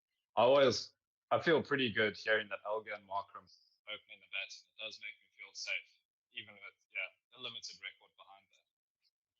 So I have to ask you: is that the 2015 rugby jersey, England rugby jersey, or was it 2011? 2011. Yeah, it's old. It tells you that I was quite a big grade 8. Oh, okay. Awesome. Yeah, no, I've been a rugby fan since I can remember. I was 11 years old, proud Western Province supporter as well. But yeah, good times. I'm really excited for this specific test match. I for one hope. I for one hope that it's Temba Bavuma's sort of continuance, I should say, Cool, in the great form that he's been in so far. Thanks very much. Cheers. No, thank you, Simon. Oh, Flip, could you guys hear all of that? Yeah. So, we had, Just a so how many pizzas are you ordering for us, Simon? Well, considering that I was supposed to be on mute, and I certainly was for a while. Who knows? Yeah, so we've now got the scorecard on our YouTube feed, which is always a step in the right direction. And I've got a huge. This is the problem. And we don't change the background picture, do we? Because I know it's the Wanderers now. Is that just coincidence, or do we change the ground in the photograph based on the game? Looks like a different image from last week. Yeah. Last week was Supersport Park, I believe. Yeah. Nice. Yeah, we are the Premier League status right now. We're right up there. That Sorry, is Simon, what you're on the mute, Sri Lankan domestic first class competition is also called the Premier League. Oh, We wow. are finally back for a little bit of live cricket. It's But, going to be Vishwa Fernando opening the bowling from the caller drive in. But Otto actually raised a valid point. Should we be unsympathetic towards Sri Lanka? Should we be more sympathetic? In my view, they just came from the Lanka Premier League. So they only played, I think Mickey Arthur attested to this a couple of weeks ago. They've only played white ball cricket. They've got a lot of They've got a lot of built-in excuses. There's that. They're touring South Africa, which is never easy, and they've just been plagued by injuries even before the series began. As the very first delivery of the second innings is just guided off the pads of Dean Elgar into the onside boundary for 4. So one delivery down, 4 runs on the board. I am indeed back, so you should be able to hear me now, I'm hoping. Chris, can I just ask you to check your microphone connection? It sounds very much like you've got a loose connection, a loose wire. All I can do is it's a Bluetooth earphone, and I think it tries to filter out the sound when cars go past, which means sometimes my voice will be a little bit quieter, but I can do that. I can talk loudly. I can try to focus all the energy into the mic. That didn't help at all. It's still coming and going. It's literally every 5 seconds, so we need to make a plan there. But okay, we'll okay. Anyway, South Africa now have progressed to 4 runs without loss. Elgar taking 2 off that second, the second ball of that over as well. It is Vishwa Fernando bowling left arm over the wickets to the left-handed Dean Elgar, who just tucks that around the corner down to the backward square leg, and they go through for a single 5 without loss. That's bread and butter for Dean Elgar, I'm afraid. I'm sorry, I'm alluding to the boundary a couple balls prior to that. That's bread and butter. You don't stray down the leg side to anybody other than the. You shouldn't stray down the leg side to Dean Elgar or any batsman for that matter, but he will certainly conquer you, get on top of you if you stray down the leg side. That's for sure. Yeah, it hasn't been a great start for Fernando at all. You want you certainly want your opening batsman to be playing outside the off stump those first couple of balls, as he now is going to be playing bowling to the right-handed Markram and just angling it across him. He lets it go through and no run. Aerial shot of the Wanderers here, a very, very impressive array of solar panels around the roof of the Wanderers, I'm assuming on that north-facing stand. So Sky Sports just tweeted, the England Test squad, as we know, have arrived in Sri Lanka. They're expected to play them in less than a week or two's time. They all tested negative for COVID-19 after landing in Sri Lanka ahead of the series. The team will isolate in the individual hotel in Hambantota until Tuesday afternoon. Okay, well that's good news. Everyone's bad news for Sri Lanka. Bad news for Sri Lanka, I think, in the current situation, considering the current status. Yeah, indeed. Good to have all the negative COVID tests, especially the state that the UK is in at the moment. So we have some tweets here, gentlemen, if I may. Sure, go ahead. Ravi, the heavy roller already, I believe he's a nice guy. He says here, come on at Chris Tyndale, hook us up. And there's a gif of a juicy 42 centimeter pizza. And I don't know what he's on about. Final ball of the over, left outside the off stump by Elgar. Elgar's on 5, Markham's on 1, and South Africa 6 without loss. Arthur Sayman, Gorilla SA, what should be going through all the batters for Protea Fire? Now is a double ton, SA versus SL. David Midgley, at Simon Gear, I'm ordering pizza for Gorilla SA. What are your orders? Follow it live as it happens with Ravi Reddy, Chris Tyndale, Simon Gear, and the 1WSR team. Yeah, I mean, it's slightly more difficult to order pizza than it normally is for our team, now that we're all sitting in disparate parts of the country. Are you even in Joburg, Ravi? I'm in Cape Town at the moment. You're in Cape Town? So I could actually pay Chris's employer a visit later today. My former employer, I had my last shift last week. Your former employer? Yeah. It's not that I was fired. It's just I'm not going to be living in Cape Town this year. Okay. Are you moving into a new role there, Chris?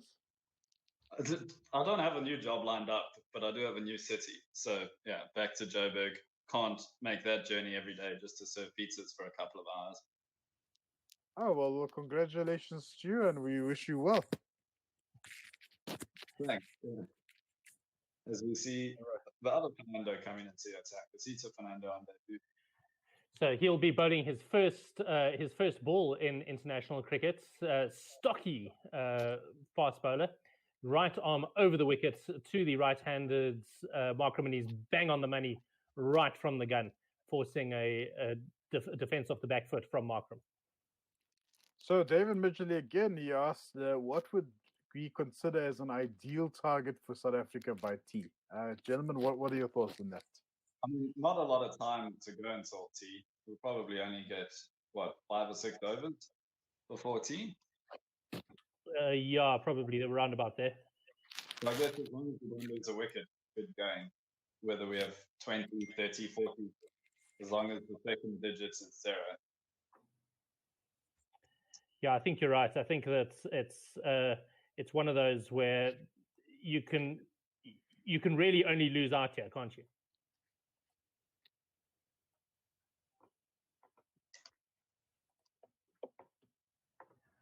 Sorry, so what do you think? Yeah, sorry, I was just going to ask, what do you think Mickey Arthur's post-inning speech was like to the Sri Lankans? Do you think it was a bit of a tongue lashing or a bit of a pep talk of sorts? I think after coaching Pakistan for a while, he might be done with the tongue lashings and just learn to accept that sometimes it happens in cricket. Again, defended by Markram and no runs. Been a good start to his test career here by Asita Fernando, getting good encouragement from some of his Sri Lankan teammates. And he'll be pleased with the way this has gone. Markram, a cautious start, I think, very, very aware that he probably only has a few overs to survive, and there really is no reason to do anything other than just make sure that you have a reason to come back out after tea. Must be quite an exercise to coach Pakistan. You basically got both extremes. Either they play very well or they play very badly. Yeah, I mean, they won the Champions Trophy under Mickey Arthur, but... Yeah, I mean, I know that he seemed to have a bit of a love-hate relationship with the Pakistan management, for sure. That they didn't like the fact that he sometimes went public with the idea that he had given the team a bit of a rocket. But certainly there seemed to be quite a lot of affection in which he was held by the players themselves. Right arm over. This one is too straight and just tucked off his hips by Markram down to a quite square fine leg. They go through for a single, 7 without loss. Markram's on 2, and Elgar is there on 5. One thing I like about Mickey Arthur, though, is that he's the kind of guy that wears his heart on his sleeve.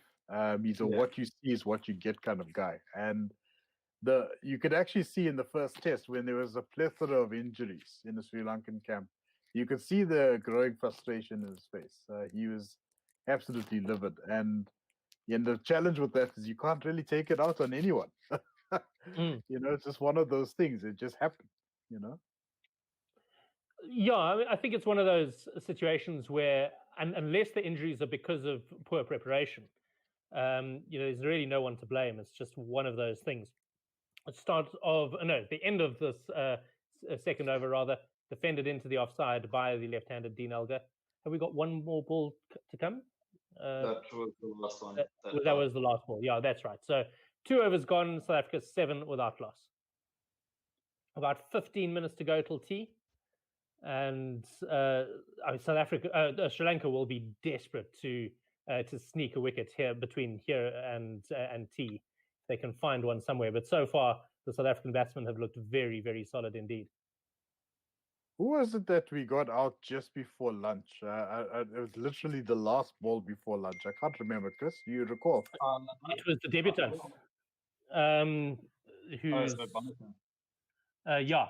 Banuka.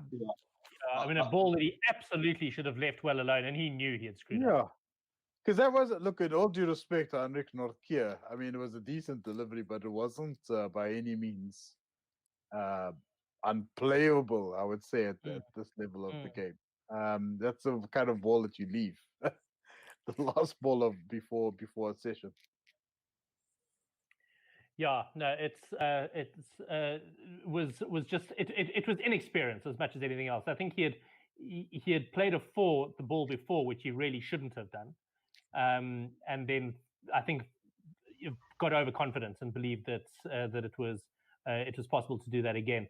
This most recent ball just defended full face of the bat, textbook stuff by Markram, and no run. Vishwa Fernando bowling left arm over the wicket to the right-handed Markram, angling it across him, and again just defended. Markram looking so solid, and really I think hoping to set out his stall somewhat. Yeah. There are only 2 batsmen in the world I would trust in a situation like that to play any shot under the sun, and that's Sachin Tendulkar, of course, and Ricky Ponting, funnily enough. He's the kind of guy to get to his 100, you'll take a quick single in an impossible situation.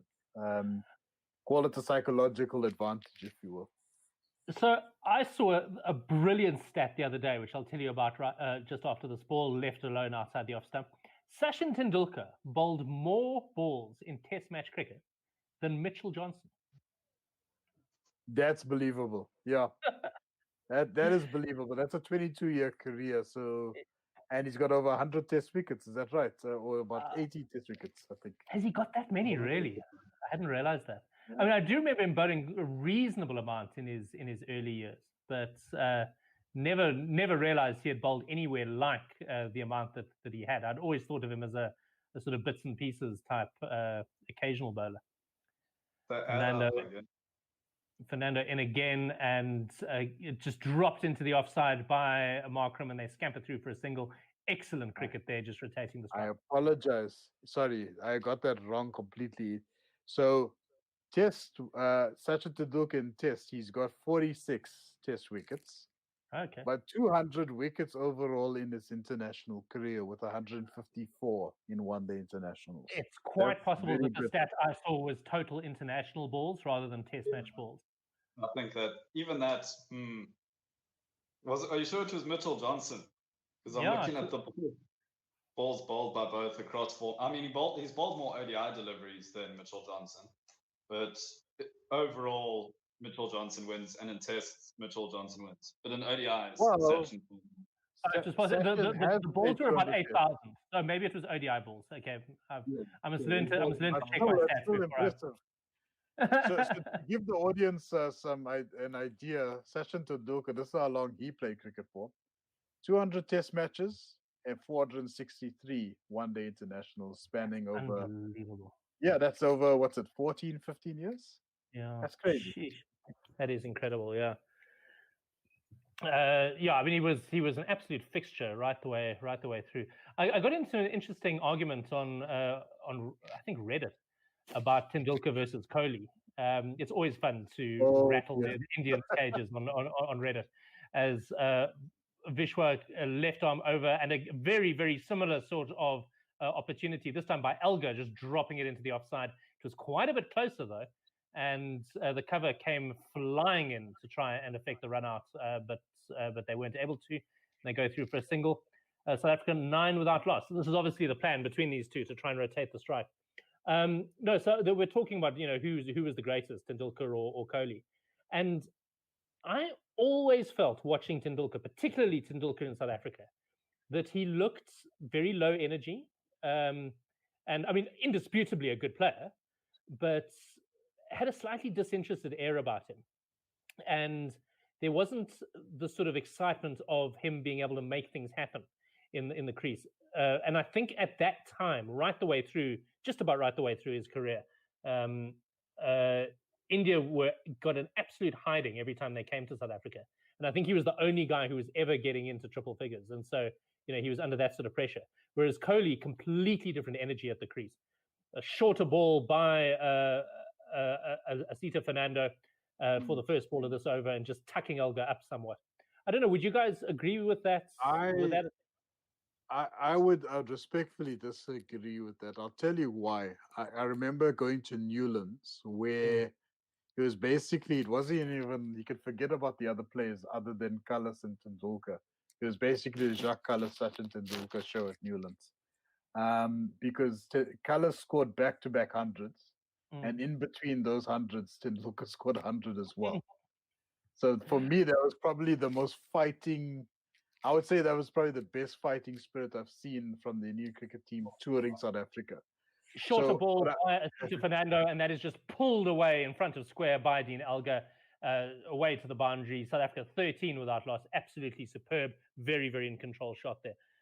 Bread and butter for Dean Elgar. One has to say. And he really threw the kitchen sink at that as well. He hit it very, very hard. And I think there is a degree of intent from these South African openers here that they enjoyed batting at 4 runs and over in Centurion, or they're probably close to 5 runs and over at Centurion, didn't they? Absolutely. But better ball by Fernando going for the Yorker, and he Elgar trying to just tuck it into the onside, got a leading edge, squirted away to point, no run. But coming back to India, I remember, and you'll probably remember this as well, Simon. Back in 1996, when India toured South Africa, they were steamrolled by the South African bowlers at the time.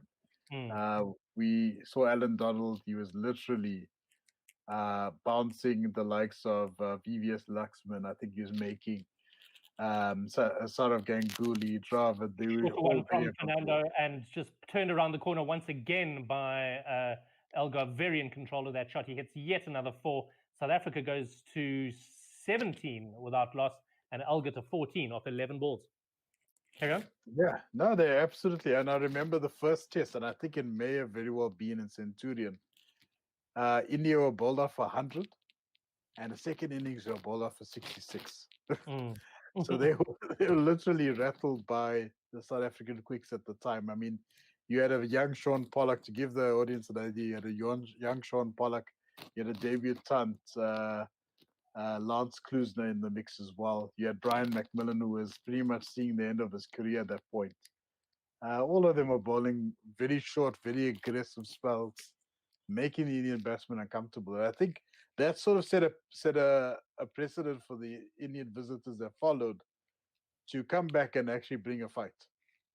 Fernando plays another short ball to Dean Elgar, not quite as short as the previous ones, and Elgar can just tuck it off his hips, and they jog through for a single. Not quite sure why he's trying to play the shorter ball to Elgar, because Elgar seems very much in control of it.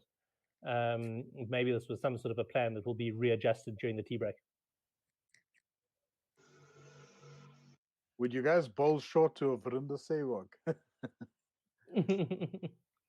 Look, I mean, that mid-90s South African team was phenomenal. And it was at a time when South Africa and Australia stood head and shoulders above every other team in the world. And, Oh, yeah. And to get beaten by anyone else was a very, very rare occasion. It was really only the Aussies we ever lost to. Right arm over the wicket, swinging away, left alone by Markram, and that I think is going to be the end of that over. South Africa 18 without loss. He's bowling at 141 k's an hour, is Asita Fernando, so he's no slouch, but he's not looking at this stage like troubling the batsman at all. At all. You did mention Sehwag. I've got one interesting Virender Sehwag stat, is that of any batsman to face more than 10 free hits, Virender Sehwag has the lowest batting strike rate. He has a strike rate of about 80 against free hits, which just doesn't make sense. Whoa, that is surprising. That's surprising. I would never have expected that. Very much better than oranges, but you were talking about how many matches Sachin Tendulkar's played. And yeah, you have to go back over 100 years, but Wilfred Rhodes only played 58 tests. But do you know how many first-class games he played? How many? 1,110 first-class games. Sure. And then you look at just all of his numbers are mind-boggling. 39,000 runs. How many wickets? Just an impossible amount. Sorry, who was the player? Wilfred Rhodes, a Yorkshire cricketer from about 100 years ago. Can I guess no wickets at all? No, you can guess that, but you're quite a way off. About 400 wickets. 4,204 wickets. What? Good grief. What, do they play like 3 first-class games a week or something? I mean, he had a career of 31 years, so he was playing about 30 first-class games a year for 30 years. That's and I mean, crazy. this was in an amateur era. He must have his parents must have done jolly well. This is probably going to be the last over before tea. Just before this over, Kagiso Rabada came onto the field with new gloves and new bats, and obviously just with an instruction to the bowlers, to the batsmen. Surely you don't need to send an instruction to your opening test pair. And they won't take it seriously if it's Kagiso Rabada giving it. Yeah, no, absolutely. I mean, what could he possibly have told them that they don't already have figured out for themselves? Unless we see them now try to take the over for 36, which would be interesting. Asking what kind of tea they want. Yeah, left arm over the wicket and just again pulled by Elgar. It's a punchy sort of shot. It runs away for 4 as well. I don't recall Elgar being particularly strong on his leg side like he has been this innings, but that's the third of 3 very, very good pull shots that he's played so far. Bread and butter. You can't bowl like that. Bowl that short to Dean Elgar, especially when he's in the vein of form that he's in. Basically, they're trying to bowl the same length that the South African bowlers bowled, but they are all 10 to 15 centimeters shorter and 10 kilometers an hour slower. And it's sitting up and begging to be hit by the left-handed Elgar, who now defends it into the offside and no runs. South Africa 22 without loss. Elgar is 19 of 16 and Markram 3 of 12.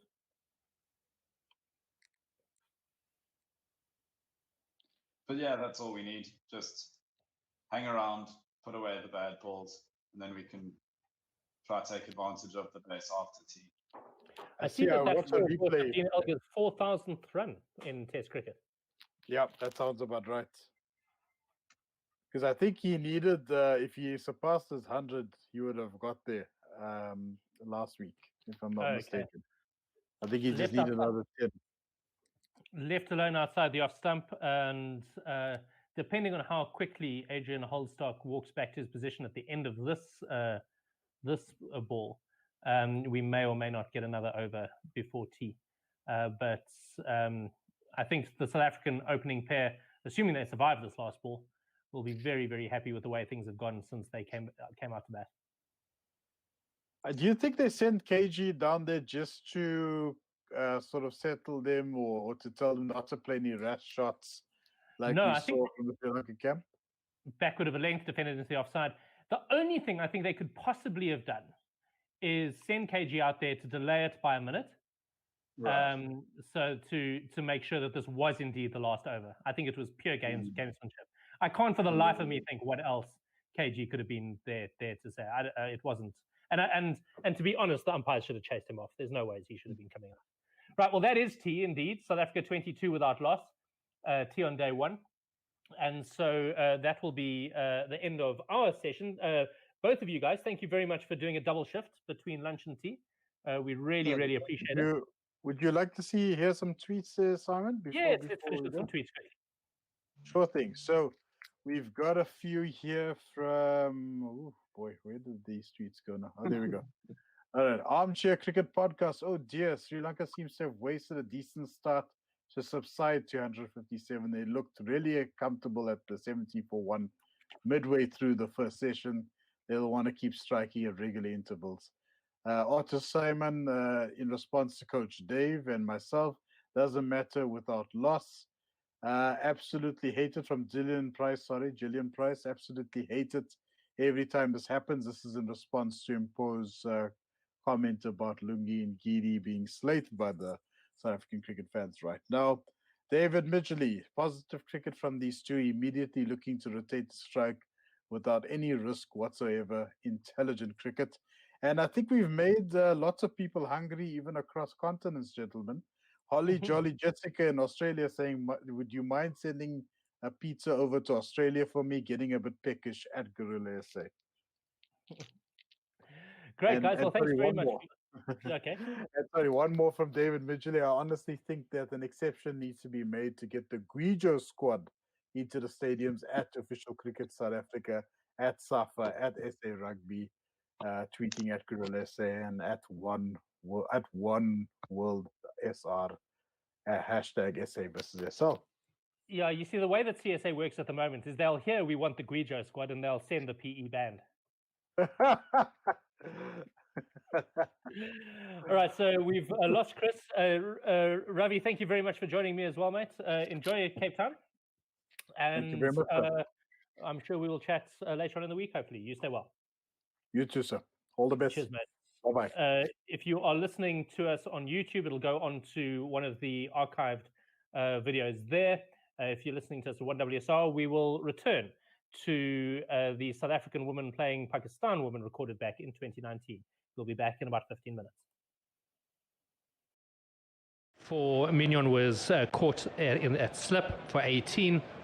Chloe LBW Nida Dar for 21. Marizan Cup also caught by Nahida Khan at slip off Nida Dar for 6. And Jafta had tried really hard, Sanala Jafta to try and just rescue something in the middle order, but in the end landed up using 20 balls without scoring a run, ultimately being run out by a direct hit from Alia Riaz. Masabata Class also caught by Nahida Khan, bowled Nasha Sandhu, and Tumiseka Kuna, the second first ball duck of the innings, bowled by Nasha Sandhu, leaving Shabnim Ismail not out on 1. South Africa 63 all out after 22.5 overs. Fatima Sana 1 for 23. Sana Mir 4 for 11, the pick of the bowlers. Nasha Sandhu 2 for 8. Alia Riaz, no wickets for 9 runs, and Nida Dar 2 for 12. Pakistan came out to bat. Nahida Khan snicked one through the slips for 4 before being bowled by Ismail on the third ball of the innings. She was gone for that score of 4, and Pakistan were 4 for 1. Sidra Amin and Javera Khan put on a reasonable partnership of 24 before the second wicket fell in the 10th over. Sidra Amin was LBW bowled Marizan Cup for 10, and then it was Javeria Khan and Bisma Maroof, the captain, who just steadied the ship and batted very, very well for a further 42 runs to bring them home at 66 for 2 in the 15th over. Javeria Khan not out on 34 of 43, and Bisma Maroof 12 off 17. We will move now to play some of the the previous series, Sri Lanka versus South Africa. We'll play that for a little while before we ultimately disconnect this computer to take us so that we can travel back to Johannesburg. But it has been a good beating by Pakistan of South Africa, and certainly the South Africans are going to feel like they're going to need to go back to the drawing board. I'll let James just give some of his thoughts, and Lesego if she wants to, while I get the computer sorted out.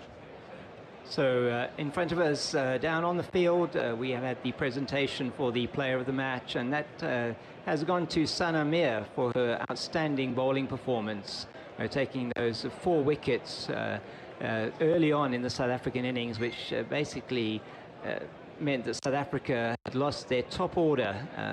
She decimated the top order, taking the most important wickets, Laura Wolfart, and then she went on to take Sine Lusa's wicket with the next delivery.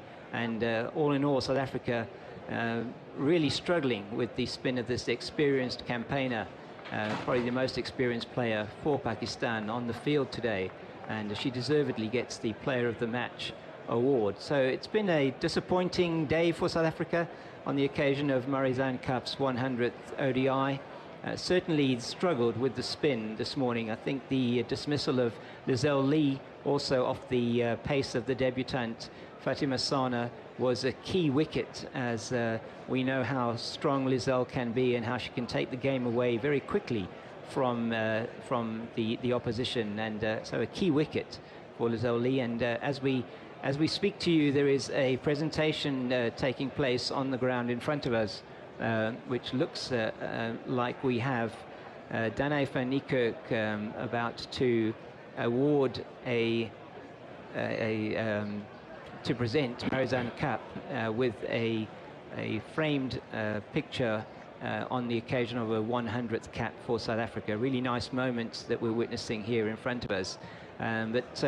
Just in terms of your thoughts on the match, Lesego, just while this is going on in front of us, just to give us your view in terms of what South Africa need to improve on for the next ODI.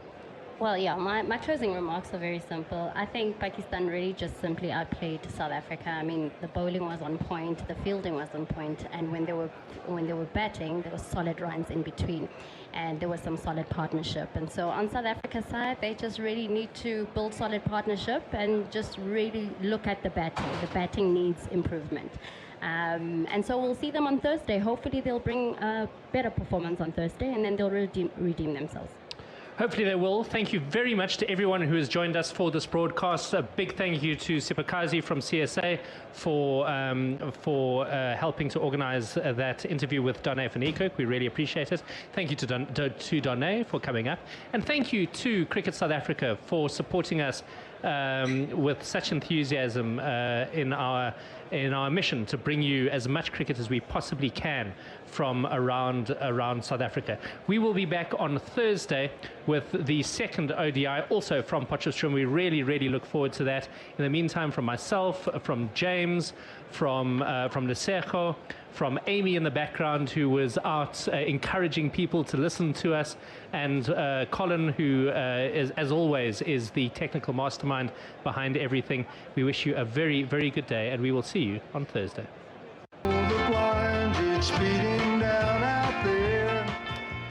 And a very good morning to you from a sunny Potchefstroom, where 1WSR.com make their international debut as official broadcasters for Cricket South Africa. We are very proud indeed to be here at the Senvest Stadium in Potchefstroom, where the news is that the South African women have won the toss. They lost the toss rather. Pakistan women have won the toss and elected to bowl, and it will be Lizelle Lee to face the first ball with Laura Wolfert, her batting partner, and I will ask James to fill us in on the bowler for Pakistan. So good morning everybody from Potchefstroom here at Senvest Park, where we have the debutant Fatima Sana, who's going to be opening the bowling from the university end for the Pakistan women's team. So Fatima Sana uncapped, received her cap this morning here on the ground in front of us from the team management. I'm sure she must be incredibly excited and nervous both at the same time. And she'll be bowling to Lizelle Lee, opening batting for South Africa with Laura Wolfhard. And Lizelle Lee has taken a leg stump guard and will be facing the first ball from the debutant Fatima Sana with the number 14 on her back. She'll be bowling right arm over the wicket to Lizelle Lee, and we're underway as the first ball now, right arm over the wicket. That one's outside the off stump, and Lizelle Lee immediately plays that one through the point region, and that's gone to the boundary for 4.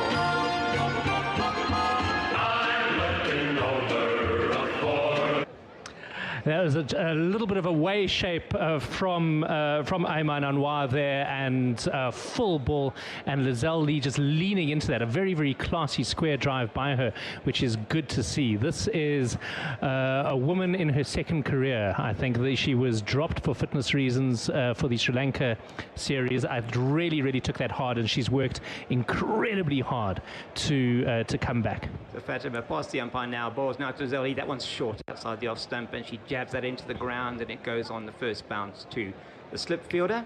And we have a typical a traditional ring field here for the opening overs of this one-day international.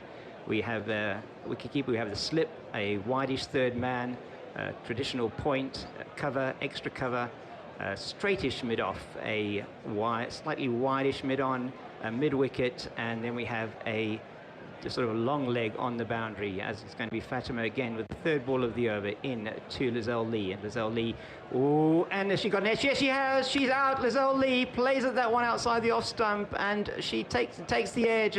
She sort of dabbed at that outside the off stump, and Lizelle Lee's gone for 4. She looks incredibly disappointed as she's making her way back into Lizelle Lee. The first ball was floated and shaped away from her. The second ball Anwar just bent her back a little bit, and it was much straighter and shorter that she got the bottom edge to that first slip. But this one, another floating swinging delivery that shaped into Lizelle, and that was just enough to draw her into the shot and get that edge through to the keeper.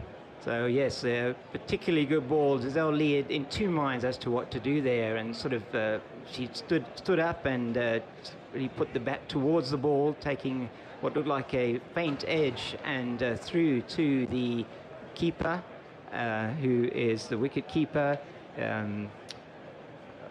Sorry. Just give you the wicket keeper now. We can get that. So I'm just trying to.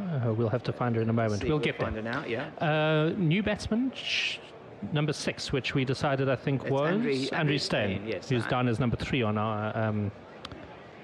our sheet. So Andrew Steyn coming to the crease. Andrew Steyn's career for South Africa. She has played 29 one-day internationals, batted 28 times, and scored 691 runs with an average at the moment of 25.6. And she's facing the 4th ball of Fatima's over as she bowls now into Andrew Steyn. She's forward competently there on a ball that's angling in to leg stump, and plays that one defensively out towards the mid-wicket area. Oh, I see, you're quite right. This is Fatima Sana bowling, not Ayman Anwar. Apologise for that.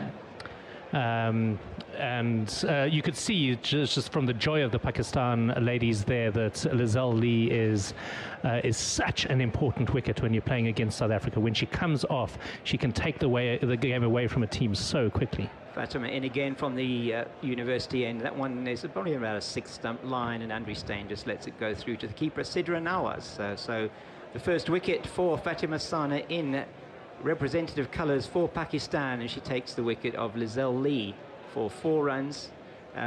What joy, take your first wicket in your first over in international cricket, and that big wicket of Lizelle Lee. So she'll be coming in now for the last ball of the first over of this one-day international. From the university end, it's Fatima into Andrew Steyn. She bowls now, and that one outside the off stump, just inside the wide line, and Andrew Steyn has a full go at that one outside the off stump and misses it. So it goes through to the keeper, Nawaz, and score at the end of the first over. South Africa are sitting on 4 for the loss of that Lizelle Lee wicket. That's 4 for 1, South Africa. And beautiful day here in Potchefstroom. The sun is shining. There's some very high, light cirrus cloud in the distance. And it's a beautiful day for cricket. Lovely and warm out there in the middle. Not a breath of wind as we see the second over, which is about to be bowled for Pakistan. And it's going to be their talismanic former captain and the lady's taken the most wickets for them, Sana Mir, who's going to be bowling from the Senves end here at Senves Park. He's going to be coming. You've worked with Laura Wolfart a lot, certainly as a child. I mean, I always get the sense she prefers the ball coming onto her. Is she okay with spin? I think she does prefer the ball coming onto her, as Sana Mir is in with her off breaks. The first ball outside the off stump, and Laura just plays that with a straight bat off the back foot out into the covers, where it's fielded by Alia Riaz there at cover point. So yes, Laura more comfortable with pace, but she certainly can play spin. I think this is a new challenge for her, as it's Mir in again to Laura, and she comes forward to that one and just plays it competently out towards the mid-off fielder, who picks that up and tosses it back in to the bowler Mir, and that's Nashra Sandhu, who picked up the ball there at mid-off, as it's Mir again in to Wolfart, and that one's really given a lot of air, and she goes for that one outside the off stump, goes across to it and plays outside the line as it comes in slightly, and it's through to the wicket keeper Nawaz, Sidra Nawaz. Sana Mir getting through her over very quickly. She's in again from the Senves end. That one also a lot of flight, and that one is played by Laura Wolfart through the hands of the backward point, and that one's gone to the boundary for 4. Whoops, sorry. Here we go. 4! Hit it!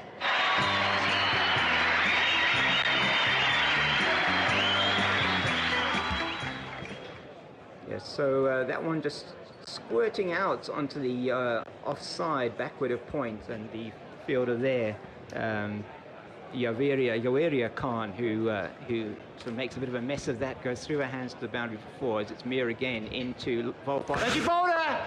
She's bowled, oh my word, Laura Wolfart going forward to that one and trying to play a drive, and it comes in. I don't know if it hit the inside edge, but she's gone. She bowled neck and crop by Sana Mir, and what a disappointment for South Africa, as their normally rock-solid opening batsman Laura Wolfart is going back to the pavilion in the second over for a score of 4, and so that.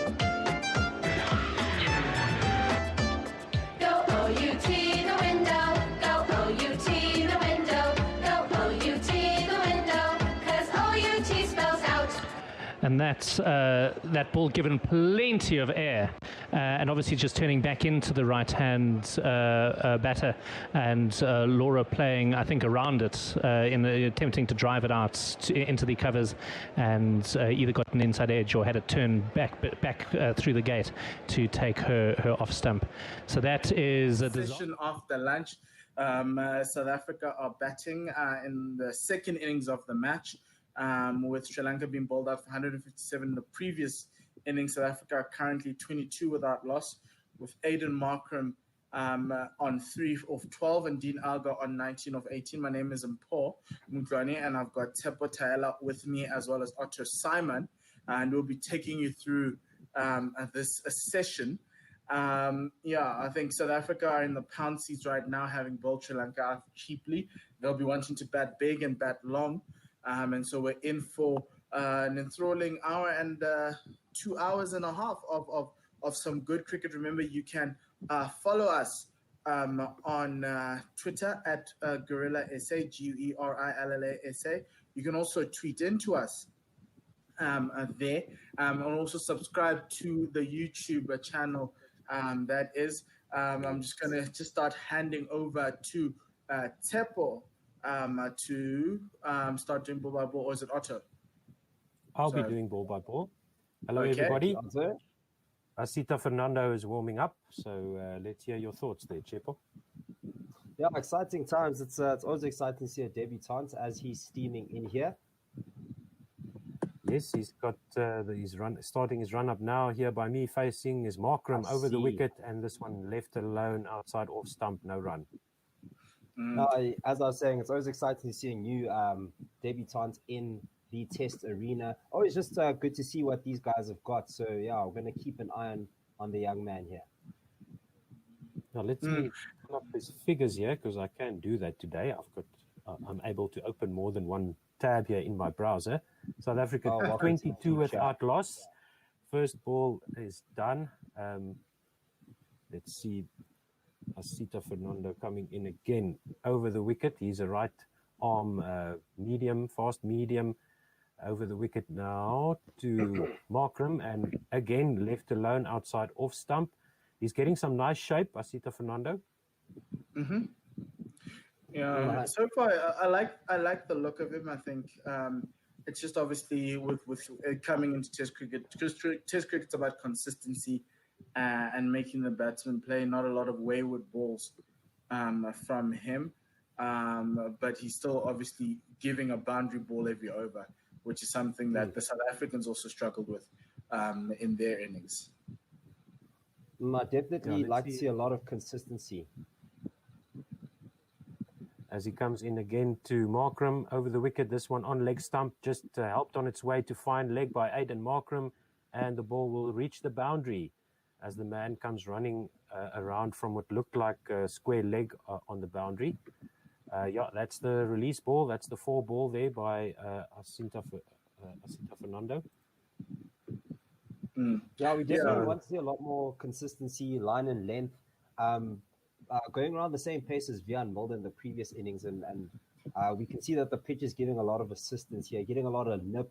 So hopefully just backs his abilities and gives the South African batsmen some challenges to think about, you know. Those were leg buys. They weren't chalked up for Markram.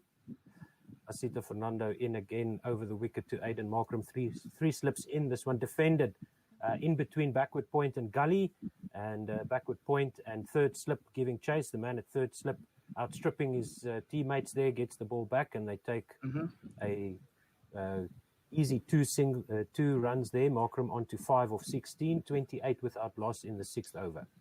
That was a very nicely guided shot. There's some soft hands from Markram, and just finding that gap in between the fielder at gully and backward point. Now, who was that guy who outran everyone from third slip? Because the guy from Mendes. Yeah, it's Chris Mendes. Nice work in the field there by him, saving 2 runs for Sri Lanka. Asita Fernando in again to Markram, blocks this one to mid-off, no run. Okay, so we've got 3 slips, a gully, a backward point. We've got the mid-off standing next to the non-striker's crease. And 1 more ball to go in Asita Fernando's 3rd over in international cricket. He's only conceded 12 runs so far, but some loose deliveries there, not really good shots by the batsman. I would say that last one by Markram was a good shot, but the one down the leg side, definitely the bowler's error. And then we've got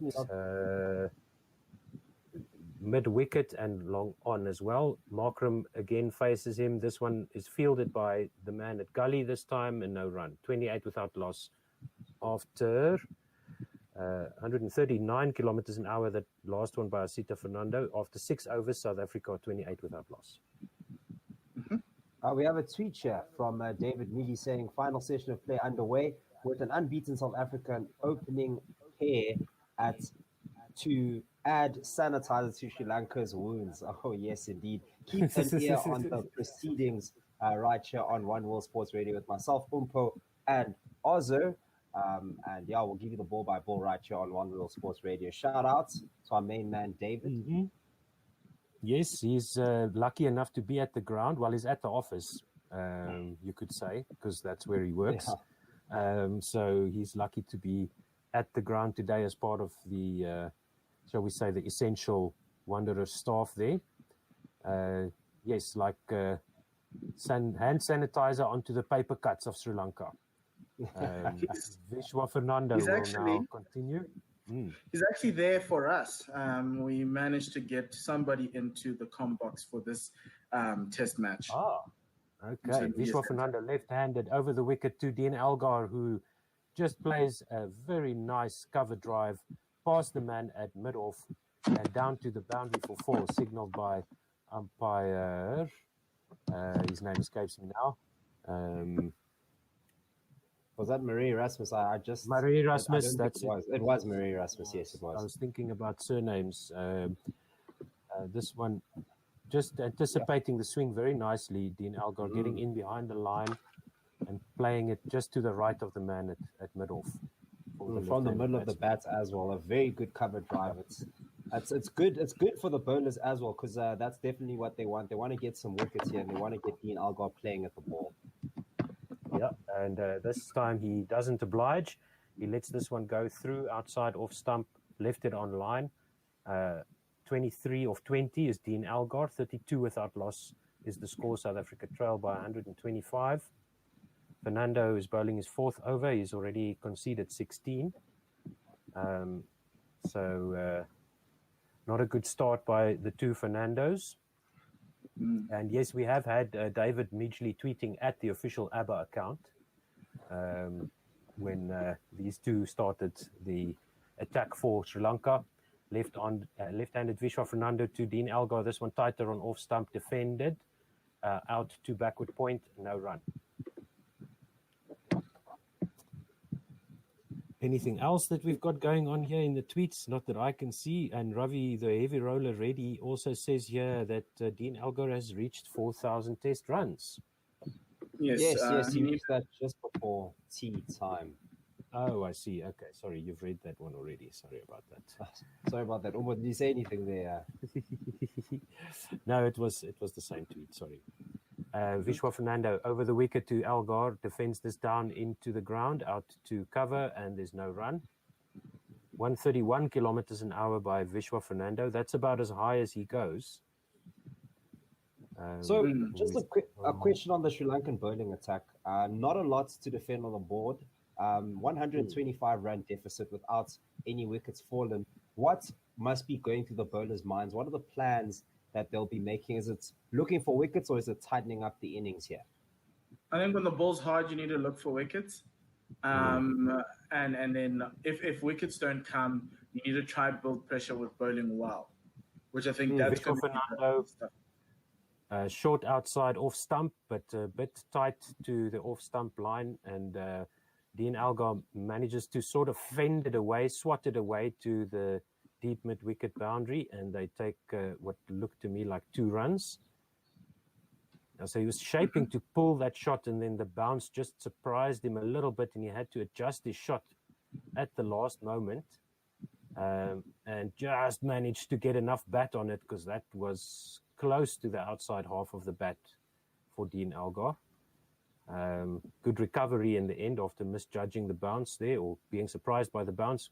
Fernando Vishwa in again, defended to the extra cover region, no run. 34 without losses the score. Algar moves on to 25 of 24 and Markram 5 of 18. So Algar's score has been bad, delivery is punished. Would you agree with that? Yeah, I could say that.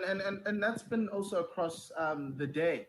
I think the runs that Sri Lanka got, even towards the back end of their innings, were largely because of some poor bowling. And obviously, both are inexperienced attacks, so the consistency has to come in. I think the only bowler who had a consistent spell was Vian Mulder in that 30 minutes before lunch, where he bowled, I think it was